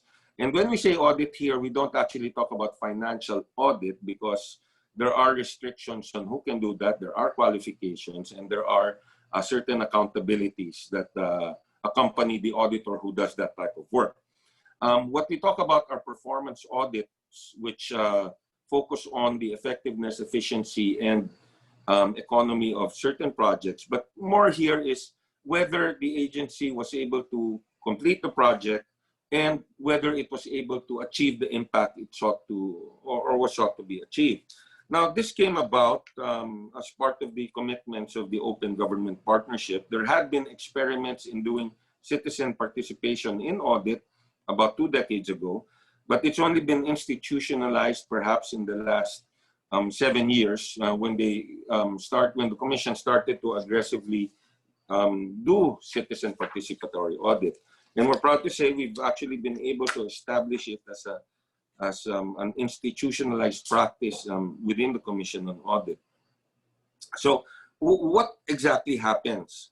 So it's very difficult to suddenly bring in, whether it's a citizen or a civil society group, to an audit process, because before you can do that, there has to be a learning process. The citizen or the civil society group has to learn the nature of audit and the objectives, and also some of the things that should be considered when you do an audit. It's not as simple as just dragging them and bringing them to the field to see whether the farm-to-market road was properly constructed. No, there has to be a briefing first. There has to be an understanding of the point of view of the Commission. Conversely, in the same manner, our auditors also have to understand the perspective of, well, the citizens, which is probably not too difficult, but also the civil society group, and what they're there for, and what they're offering, and what their objectives are, and the like. So there has to be first a learning process before we can actually start to do the work. So there has to be dialogues, and we do hold annual CPA dialogues for the 3 major island groups, Luzon, Visayas, and Mindanao. And so our officials and auditors come face to face with representatives of civil society, the academe, business entities, and even, again, individual citizens. And the purpose of these dialogues is really to enable the stakeholders to know about the Commission and the citizen participation program, to foster open space for the COA audit sector, citizen volunteers, and other external stakeholders to share information on risks and areas to be focused on audit, share knowledge, talents, expertise, and resources, and provide information on their respective needs to enable them to better work as partners, and to present their concerns and identify possible ways to address them. And the output is usually consolidated into a report that's jointly done with the citizens, and is submitted for consideration to the agencies who are in charge of that, or who implement those programs. So to give you an example of what the output looks like, the next slide shows you, this is what we call the audit in brief. It's just a brief summary that an ordinary person shouldn't have too difficult time in understanding. This involved the citizen participatory audit of barangay health centers. It's looking at the specific barangay health centers in Marikina City.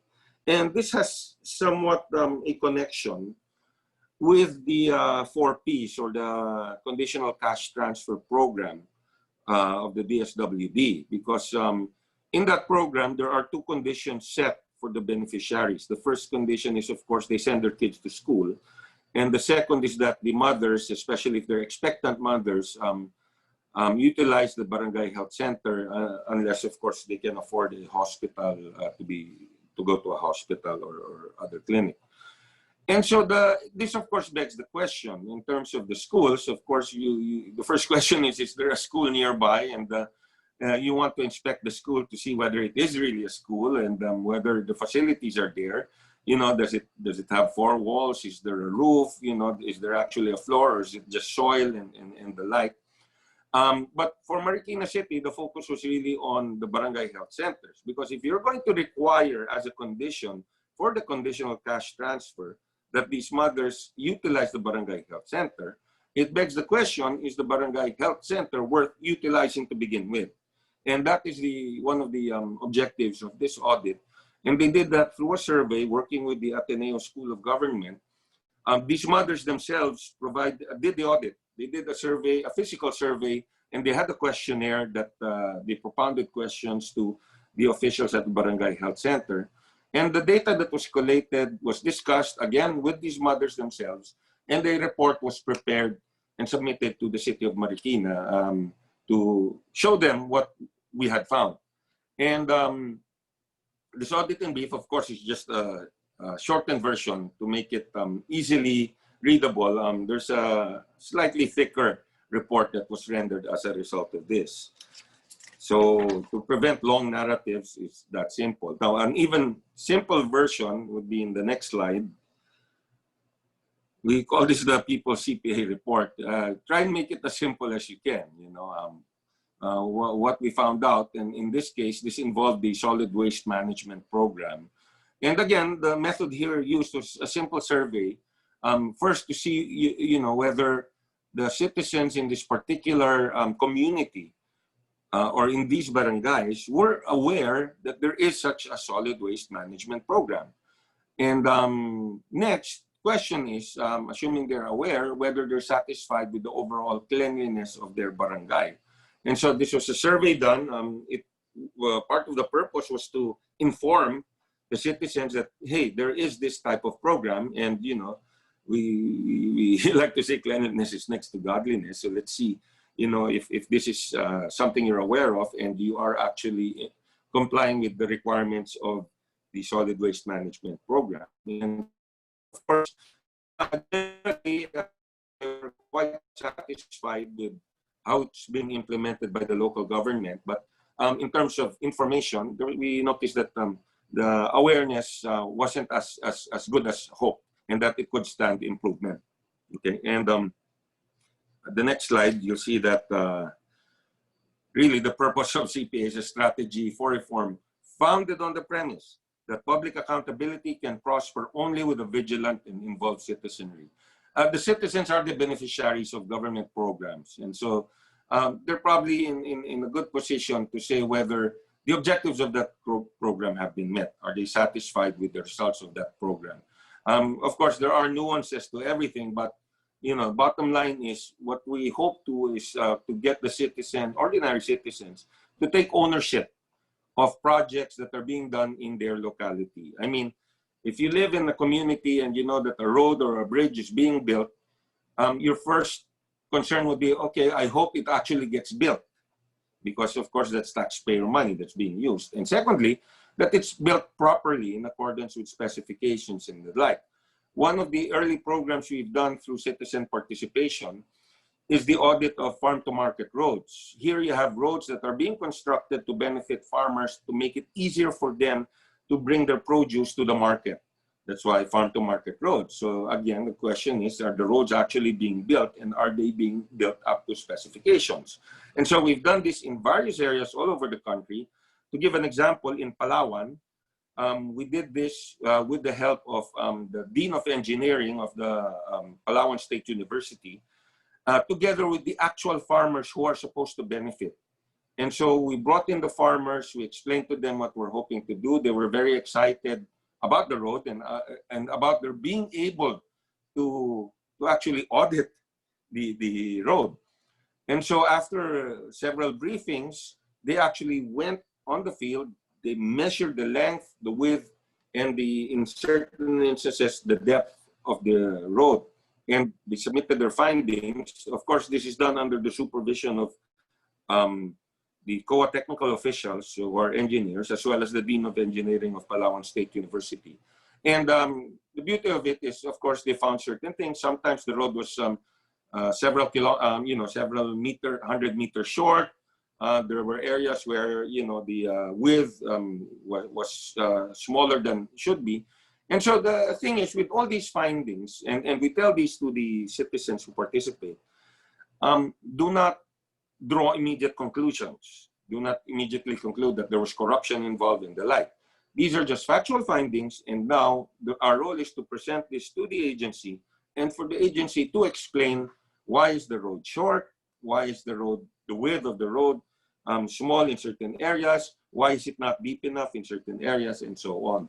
So the purpose is not to condemn right away, but really to ask questions, relevant questions, and get the answers. And it's only then that you can, come to whatever conclusion, maybe from, an analysis of both the data you found and the explanations given by the auditee.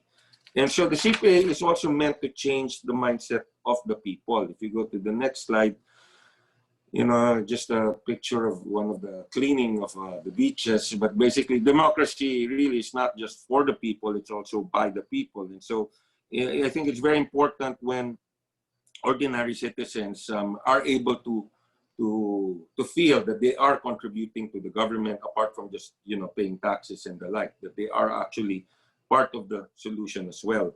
And so we've experienced this change in mindset. If you go to the next slide, to give you an example, Anthony Septimo used to be a fierce critic of the Commission on Audit, but he was involved in the first CPA project, the Kamanava Flood Control Project.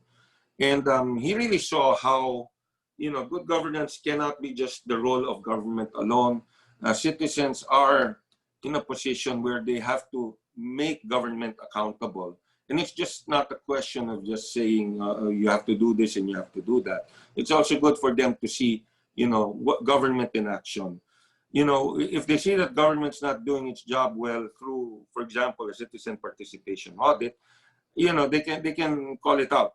They can say, look, you're not doing the job well, etc., etc. And they would have basis for actually saying that, not just something they conjured up while they're in front of their computer thinking of what to post, in the comment section. No, this is something they can really speak about.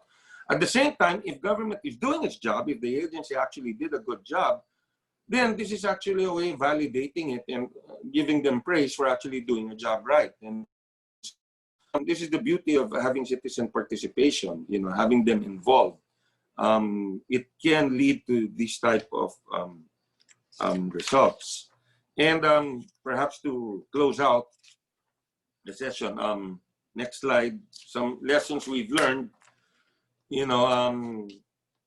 I don't wish to make it sound as easy as it seems, but there are a lot of challenges as well. But we've also had to change, reorient ourselves in the same way that we've asked the citizens to keep an open mind about things.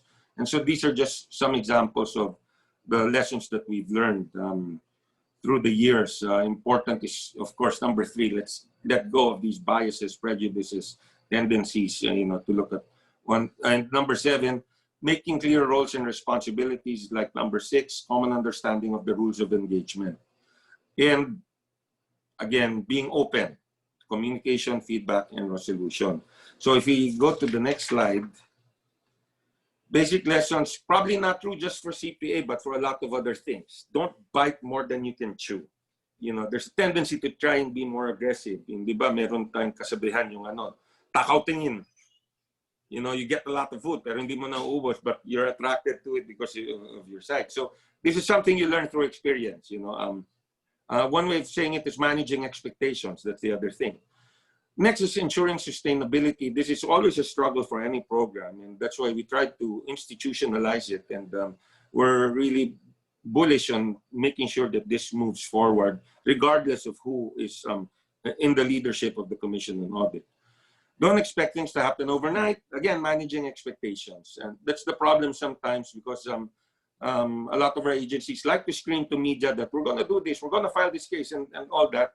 People are expecting a result, and the result doesn't always happen for one reason or another. And now it becomes a blame game. Keso binayaran daw to, keso hilaw naman yung kaso, pero final ulit, dahil sa politika, you know. So it's a question of managing their expectations as well.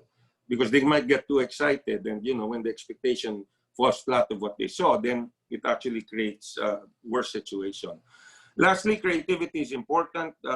Throw in there the word innovation, basically thinking outside the box, which is sometimes difficult in government. There's not much encouragement to think outside the box because there's so many rules.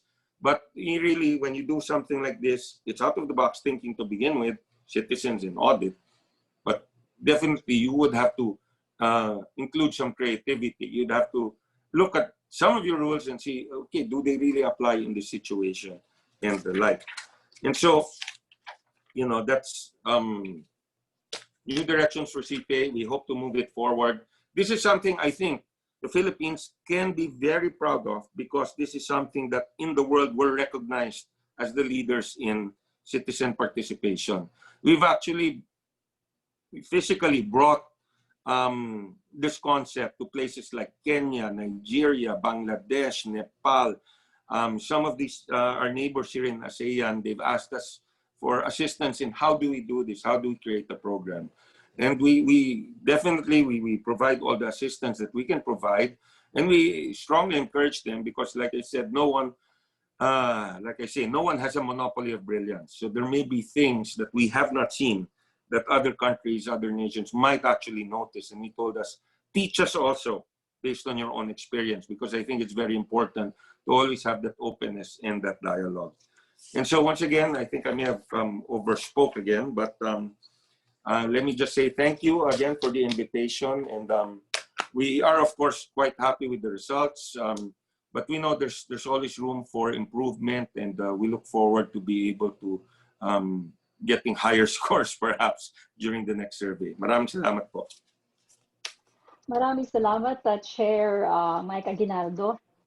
And we are getting better and better as the data shows. So go straight to the Q&A. I'm seeing 9 posts in our Q&A box, and I'll try to manage this so we can get to all of your questions. So first question, not addressed to anyone in particular, but anyone can answer from our speakers.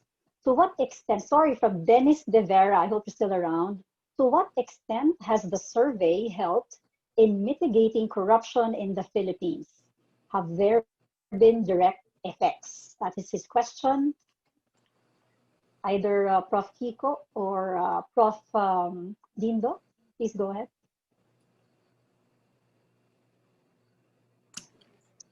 Of course, it's very difficult to show the relationship between transparency and corruption, but certainly with respect to providing opportunities and windows for the public to scrutinize official spending, then it becomes a guide for planning purposes, for budget review. So specifically in the survey, it showed the opportunities for our budget oversight institutions. And Attorney Mike Aguinaldo already showed us how this can be useful in preventing corruption, harnessing citizen participation. But we can also look at the full utilization of these open budget documents by Congress. But of course, it requires a lot of work. So these are the documents that you need to scrutinize, the reports being provided by our executive agencies, like in-year reports that are reports on a monthly and a quarterly basis. You have a mid-year report, and of course the annual reports. And the Commission on Audit also produces audit reports that are very beneficial for our lawmakers. But of course, I think the survey indicates that the participatory mechanisms are lacking in the legislature. So this is, I think, a room for improvement. If there are participatory mechanisms that have been introduced in the audit process, perhaps in the legislative oversight process, certainly you have public hearings And even committee hearings throughout the year can actually generate useful interventions. But certainly the annual budget hearings would provide a very good mechanism for looking at the performance of agencies. And certainly this scrutiny is being made. Each agency has to defend the budget, right? But they actually use a variety of tools, including the audit reports. But certainly they can look more deeply into the budget documents that are being posted in the website of the DBM. Thank you, Justin. Thanks, Kiko. Anyone from our speakers, you may also respond to that question related to mitigating corruption. Yeah, maybe just a line or two. Yeah, if Go you're for going to it. look for a direct correlation, you're not going to find it. I think more than transparency directly relating to corruption. Obviously, you know, the greater transparency, the less chances of corruption because you have many eyes watching. So the greater chances of being caught. And people aren't afraid of penalties. They're afraid of getting caught. And so the more transparent you are, the more chances you're going to get caught. And so it might discourage you from engaging in deviant behavior. But I think the greater correlation is you're talking about transparency insofar as it can relate to accountability. Accountability is not only about corruption. Corruption is just an aspect of accountability. Part of accountability is ensuring that people do their jobs, you know, that they're on their toes and so that they actually perform. Not being able to properly perform your function and so on isn't really corruption, you know, but it is accountability. And so rather than focusing on corruption, which, you know, to begin with is very, very difficult to prosecute. You even have whistleblowers and it's not enough. So, you know, more important is accountability, making sure that they are able to perform their functions, that they actually deliver the goods and services that the public require. And transparency helps to allow that. And if I may just give credit to Secretary Avisado and DBM, if you look at the Bayanihan Law Act, it says that the Government Procurement Act is not applicable for COVID-related procurement, you know, for example, PPEs and the like. That is not applicable. Nonetheless, DBM and GPPB mandated that we still follow the rules on emergency procurement found in the Government Procurement Act. Even though the law said hindi kailangan, they actually mandated it. And so they ensured that there would still be a transparent process somehow in the procurement rather than a blanket authority that, yeah, go ahead and procure. They said, no, no, no, you will apply the rules on emergency procurement. There's a process to be followed. There's some relaxation of some rules, but basically people will still be able to see the process, and the commission will still be able to audit the actual emergency procurement. So that's it. Thank you, Chair Ginaldo, for letting us know about that section of the Bayanihan Law. Our next question is addressed to Secretary Avisado. The question is related to the National Broadband Program, which he says the budget was cut to only 902 million.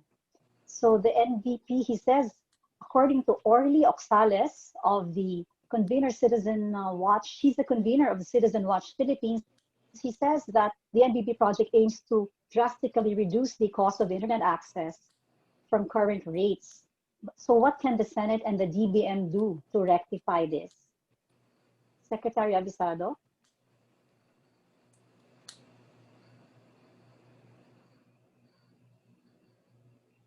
Okay, I wonder if Secretary Avisado is still around, or Lisa Crowley.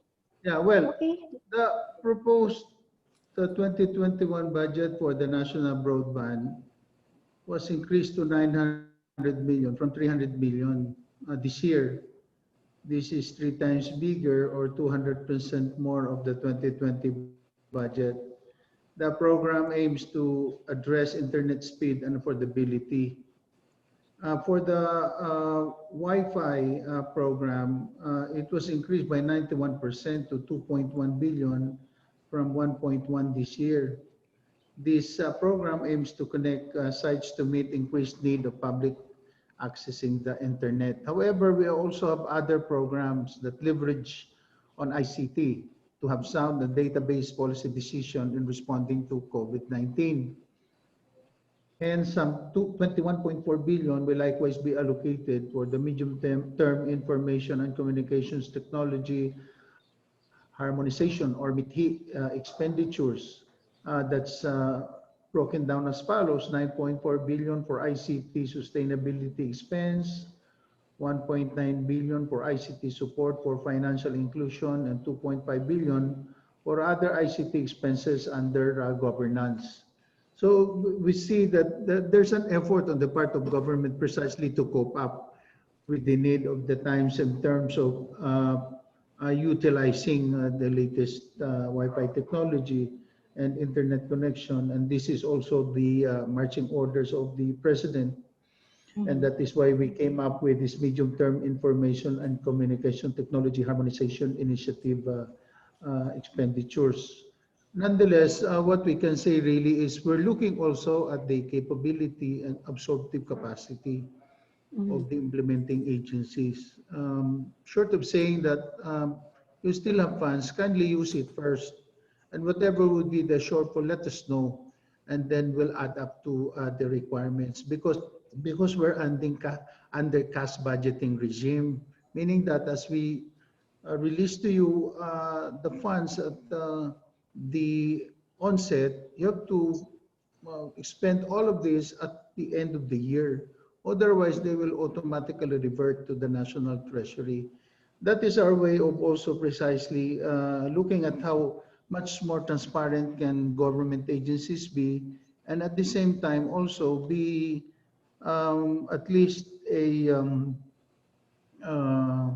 hump or so in terms of providing opportunities for utilizing public funds for other purposes. So all that we're saying really here is please spend your money first, and then when you're short, you let us know, and then we will adapt to your requirements. Yes. All right. Thank you, Secretary Avisado. The next question comes from Jeff Ray Pitpit, who is asking, he's from Dole, Region 1. He says that transparency for the Philippines has positively changed over time, showing an improved commitment to public interest. Comes evidence-based monitoring and evaluation. What are the key indicators that these funds utilized made a long-term impact on its beneficiaries? It is not addressed to anybody in particular, but any one of our speakers may reply or respond. Neda siguro.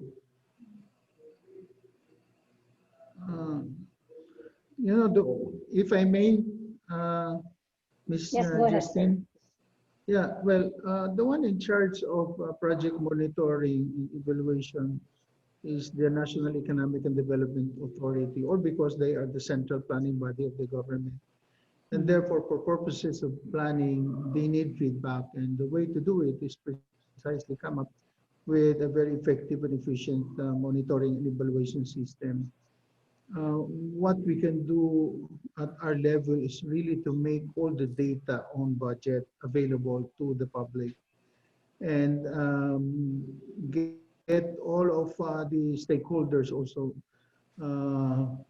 be actively involved, particularly in monitoring the implementation of all of these projects, activities, and programs, and then come up with a report so that this can all be evaluated, and will rate the government agencies in terms of how they have performed on the basis of the appropriation. That's from the General Appropriations Act to allotment. That's when we issue the SARO and the NCA, to obligation. That's when they start to implement it, to obligation and disbursement, and then the balances.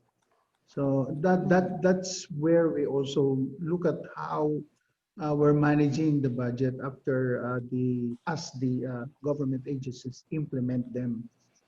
But on the actual conduct of the monitoring, so far as the project implementation is concerned, we will defer to NEDA because that's really within their mandate. Yes, thank you. All right. Thank you, Secretary. I think this is also talking about monitoring. Perhaps Attorney Aguinaldo can also shed some light because I think this speaks also to citizen participatory audit. What do you think, sir? Yeah, what was the question again? Monitoring of? There's evidence-based monitoring and evaluation, and the question is, what are the key indicators that the funds utilize for projects made a long-term impact on its beneficiaries? Question from Jeff. Yeah, I think Secretary Abisado is right. It's really more a question for NEDA because that's not really something that we do, and I don't think we really have the competence to do that type of a measurement.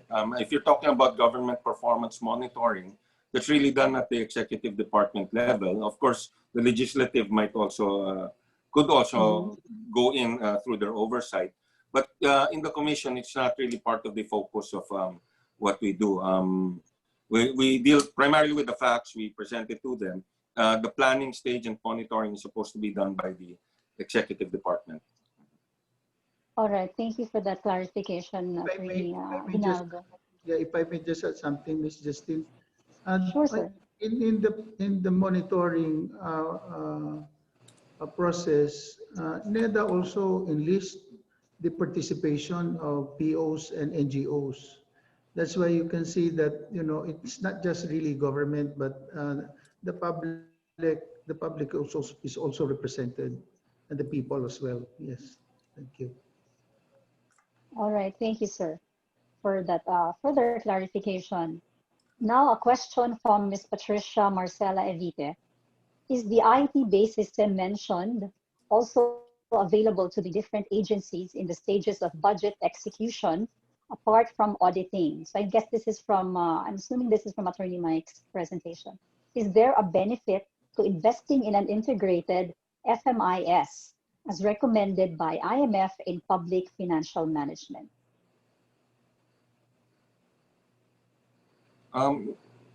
Yeah, I think that there is definitely a benefit.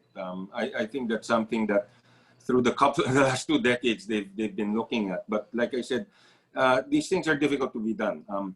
During the last administration, they tried to do it on a grand scale, and they weren't able to get off the ground. On the other hand, when this administration came in, I think the decision was made to do it slowly but surely. Step at a time. Let's use agencies, excuse the term. But then again, it's moving slowly, and I think that's really the nature of things. I mean, if you look at our elections, when was it automated? 2010. That's actually, you could have done it in the 90s, but no, it took a long time to actually bring it there. Similar with this, it's actually quite difficult because it's a seismic shift, and the migration is really the challenge there. And so I think the benefits are clear. As far as audit, definitely, I'm sure even in the budget process and the monitoring, it would be really easy, especially if you get to the point where you're doing more cashless transactions. Then it really will all come together. But the challenge is actually getting there. I think it's really such a big challenge. It's very, very difficult. And it will take a lot of commitment and will to move us to that direction. But insofar as the benefits, definitely it will benefit us. All right, thank you for that answer. I have 2 related questions on citizen participatory audit from Jethro Dagunan and Josephine Parilla. Is there any CPA for road projects? I have never encountered a survey on this because I've observed many roads repaired, even though still in good condition. It is a misuse of public money. Josephine now says, may CPA din po ba sa local level? Example, at the LGU level, CSOs willing to get involved, especially on the GAD implementation? I guess let me start with the LGU question. Yes, it's something that we've tried to institutionalize as well on the local government side. In fact, it makes a lot of sense on the local government side because they're really close to the people. It's very close to the ground. And there are some programs that they already integrated into the regular audit. But it's also a challenge because I only have so many auditors who are overburdened as well. So while they see the benefit in it, it's additional work for them. So it's become a challenge. We're trying to address that by hiring more people. But like I said, we're retiring almost as many as we hire every year. And one thing you lose when someone retires is the wealth of knowledge and experience that you can't just transfer overnight. And so we have quite a road to go. But we do have some, and our director Ida is on this conversation, and she's very well aware of the different engagements we have with the LGUs. That said, we have thousands of LGUs, so posibleng hindi naman masakop lahat, no? On the first question, road projects, I think we've only done so far farm-to-market road projects. But something related, though, to monitoring of roads is we've begun the process of including road development as part of the assets of these like local governments and the like. And that has a lot of relevance because it gives you a true picture. It helps give you a true picture of their financial state in terms of the balance sheet. At the same time, it also helps determining how much budget should be allocated for repair of those roads, because there is some kind of a correlation there. Now, for roads that are repaired, the problem there is hindi naman namin alam na i-repair yon. So, by the time you go there, they're already repairing it. So we wouldn't actually be able to find out what the condition was, before they decided to repair it, because the repair budget isn't itemized. It's really, because the repair could happen mid-year, and so they need to have a certain lump sum to cover those types of repairs. So yun ang medyo mahirap, kaya hindi namin magawa yun sa ganun. All right. Thank you, Attorney Aguinaldo, once again. I'm trying to manage questions. We have about 7 to 10 more, and I'm reading out 3 related ones from Tony Joanna Halage, also from Lady Limangada and Jocelyn Guerra, all addressed to the DBM. These are the questions. When it comes to citizens' budget, in laymanizing the budget report, are there Tagalog versions of the reports for the ordinary citizen to easily understand the report? If none, is this possible? A related question, what happened to the 2019 performance-based bonus? Will there be a 2020 PDB? And the third question on the budget, how has the current government integrated the recommendations to budget planning and management, especially within the lower house? So those 3, first Sec Visado. Or are you Sec, or Sec Rolly, hello. Yes, Justin. Just to answer the first question, yes, actually the DBM, every year we prepare the budget, a citizen's budget in I think 3 versions. We have the English version, we have the Tagalog version, and we have also the Visayas version. And moving forward, we plan sana din for the coming next year, baka hindi lang Visaya, but we still have also considered from the sa Lord.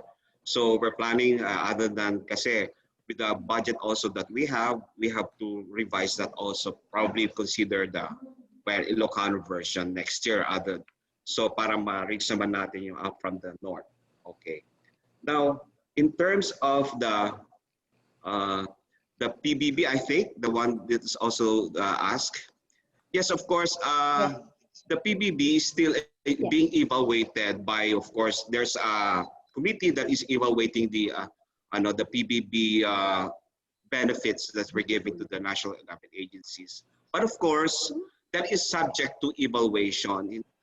We have to consider all of those requirements that is being needed for us to consider to receive their PBB.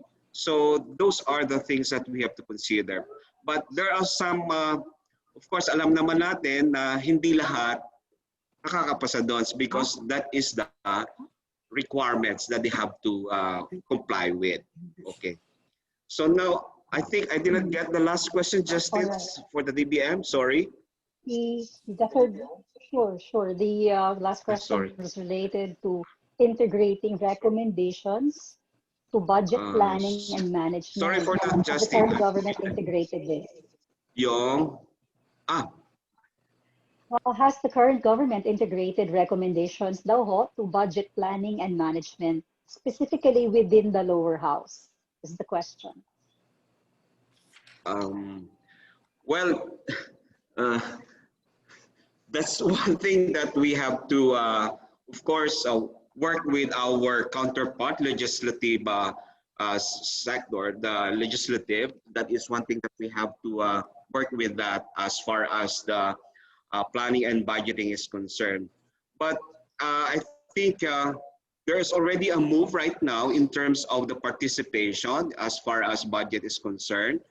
There is a proposed bill in 230 that is also considering also the participation of citizens as far as budgeting is concerned. So we're supporting that bill as far as the budget process is concerned. So I think that is one thing that we have to, of course, improve on this as far as the coordination between the executive and legislative in terms of the whole budget process.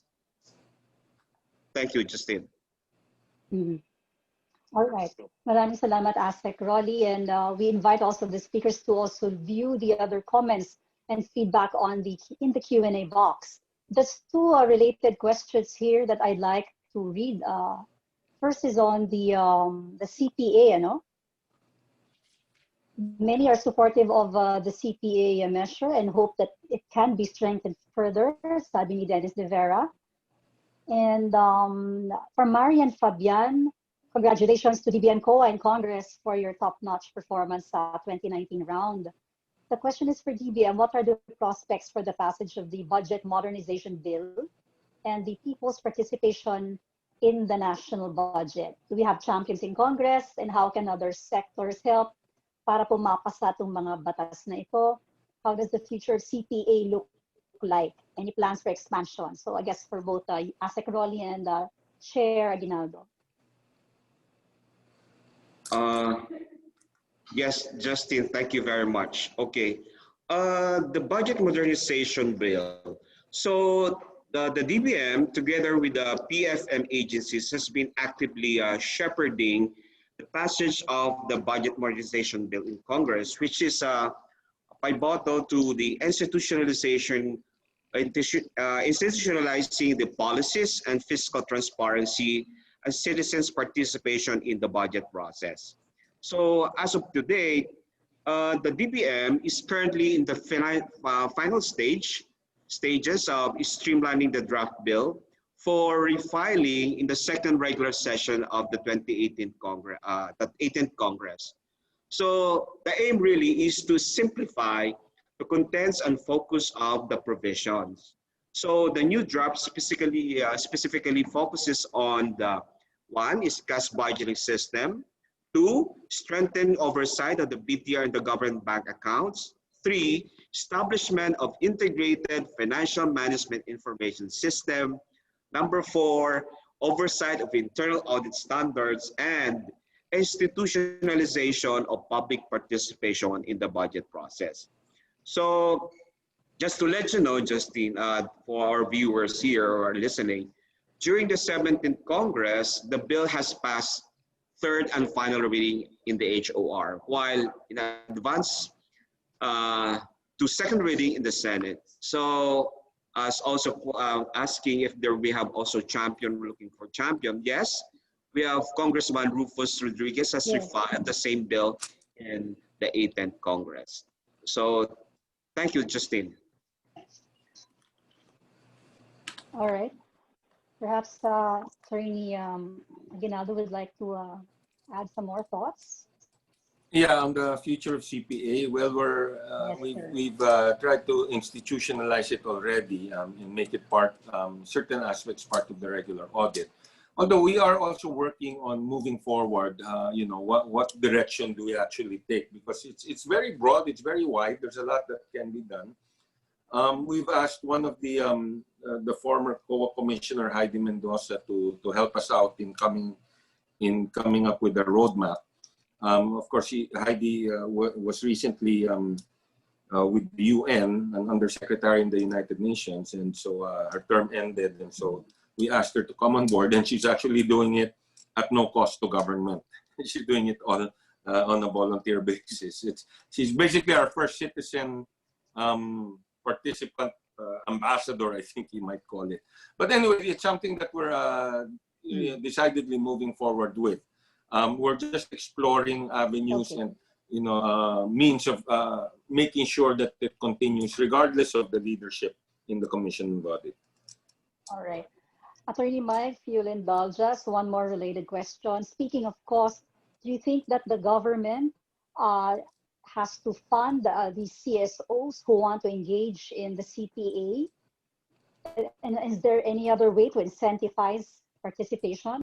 Yeah. Well, I'm not too sure if there's anything that remotely provides for something similar in the Volunteerism Act. But well, the whole idea of citizen participation is it's on a volunteer basis.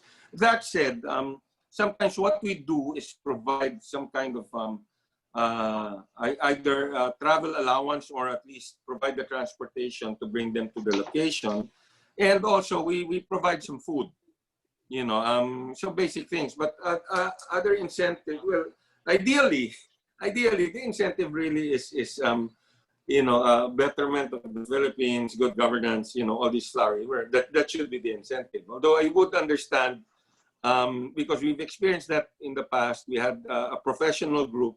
What I mean is a group of, an organization of one of these professions that participated. And we really saw that, as the activity grew longer, suddenly they were disappearing. And so, the commitment sort of, because obviously these are professionals who are also working. And so maybe this, takes a back seat. Which is the thing, again, don't bite more than you can chew and ensure sustainability. So we also look at that, look at our end, okay, was there anything we could have done? But insofar as monetary incentive, right now, wala pa po. Maybe it might come out in the future, but right now, wala pa po. Okay, salamat po sa update. Question from Charito Ong. Should government monitoring be re-examined by a separate entity? I think there was a discussion here quite a bit with Senator, or rather, Kiko's presentation about another independent audit. Perhaps, I'm not so sure. There might actually be someone, a group that actually reviews that. But I personally, I don't know. I don't know if BBM would be more aware. Justin, so maybe sometimes there is third-party monitoring or review for big programs, especially if they get donor assistance. But certainly monitoring and evaluation, there's been discussion already about NEDA. It is something to be mainstream in every agency. So relating it to long-term benefits, so NEDA keeps track of this, the impact and effects of development programs, because they produce the Philippine Development Plan, which is actually a key budget tool, a planning tool for agencies, because it provides the medium-term planning guideline. And if we go further, we can use the Sustainable Development Goals that has also been adopted by the Philippine government since we signed up with the UN SDGs. And I understand there is a process of localization, and there is a joint memorandum circular already issued by NEDA and the ILG.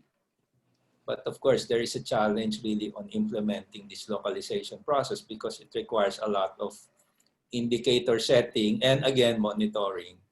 Eventually, subnational governments, local governments, can actually do local voluntary reviews, presenting their achievements with respect to the Sustainable Development Goals. So monitoring and evaluation, I think, should really be strengthened.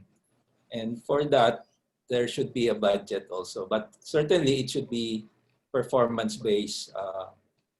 It should be real monitoring. All right. Thank you, Kiko. I would like to invite all our speakers, discussants to have a look at our Q&A box for the other comments because this is all the time we have. So at this point, I'd like to call on the director of the DLSU Institute of Governance, Dr. Ador Torneo, to formally close our discussion this morning. Dr. Torneo. Thank you very much, Justine. Mabuhay, a pleasant day to everyone. On behalf of the De La Salle University's Jesse M. Robredo Institute of Governance and our partners, strat-based ADR Institute in the International Budget Partnership, I would like to extend our gratitude to all of you for joining us in today's presentation of the 2019 Open Budget Survey results for the Philippines, led by our Open Budget Survey country expert and our Institute Senior Fellow and Founding Director, Dr. Francisco A. Magno. I would like to thank our distinguished speakers this morning, Secretary Wendell Abisado, the Department of Budget and Management, Chairperson of the Commission of Audit, Attorney Michael Aguinaldo, Honorable Senator Angara, who gave his message, and PBM Assistant Secretary Rolando Toledo, who joined us. Of course, I would like to thank Ms. Justin Espina Retargo, who did an excellent job in moderating today's session. Thank you also to De La Salle University's Chancellor, Brother Bernie Oka, and strat-based ADR Institute President, Professor Lindo Manhit, for their full support and delivering the open remarks. I would like to thank all of you who made time to attend this event, everyone from various agencies, civil society, development partners, and citizens. Maraming salamat. We congratulate Dr. Francisco Magno for an excellent presentation of the Open Budget Survey 2019 results for the Philippines. And we would like to commend our colleagues from the DBM, COA, from the two houses of Congress, the Senate and House of Representatives, civil society, and everyone who participated and contributed towards the Philippines' excellent ranking in the Open Budget Index in 2019. You did an excellent job, and the rise of the Philippines in 9 spots from its previous rating, it's exceeding its Open Budget Index target, its 10th place in the OBS Transparency Index globally, and for maintaining having the most fiscally transparent budget in Southeast Asia is a testament to everyone's efforts. We are heartened by the commitments expressed by our speakers from the DBM, COA, and Senate in supporting efforts to further enhance budget transparency and improving public participation through mechanisms, issuances, and support for legislation. The link between open budget and human development outcomes, commitment to social and economic rights, among other outcomes, are still under investigation, but there is good reason to believe that such linkages exist, possibly mediated by income and other intervening variables. Although there is still an ongoing examination of the empirical evidence and some mixed results, earlier research suggests that higher budget transparency is associated with smaller budget deficits and lower public debt. And a study in 2013 also shows a negative and statistically significant relationship between corruption and budget transparency. My own personal view, however, is that the benefits and value of open budget systems is not contingent on other linked outcomes that may stem from it, but they are intrinsically of value in of itself. That it promotes budget accountability, transparency, public participation, and the well-functioning of oversight institutions are by themselves significant contributions to good governance. The Open Budget Survey, the Open Budget Index are useful tools for monitoring and informing our progress and commitments.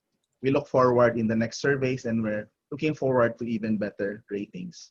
Indeed, the need to mobilize a national budget that's responsive to the COVID-19 pandemic and the need to ensure well-functioning of our institutions and maintaining high levels of public trust makes the need for budget accountability even more imperative.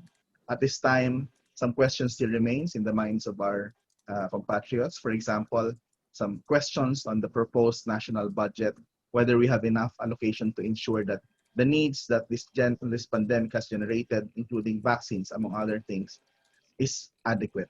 We hope that the budgeting process will address and be responsive to citizen needs and concerns, transparent and accountable, especially at this time when the need to respond quickly and mobilize quickly resources poses some risks. We are hopeful that enabling citizen participation will also allow us to close the feedback loop, so to speak, and ensure that issues and concerns are acted upon.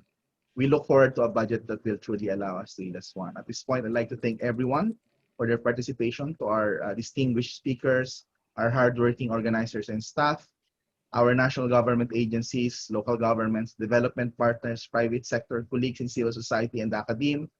We look forward to more dialogues and collaborations with you. Let us keep the flame burning and working together for the betterment of our country. Mabuhay po kayo at magandang hapon sa inyo.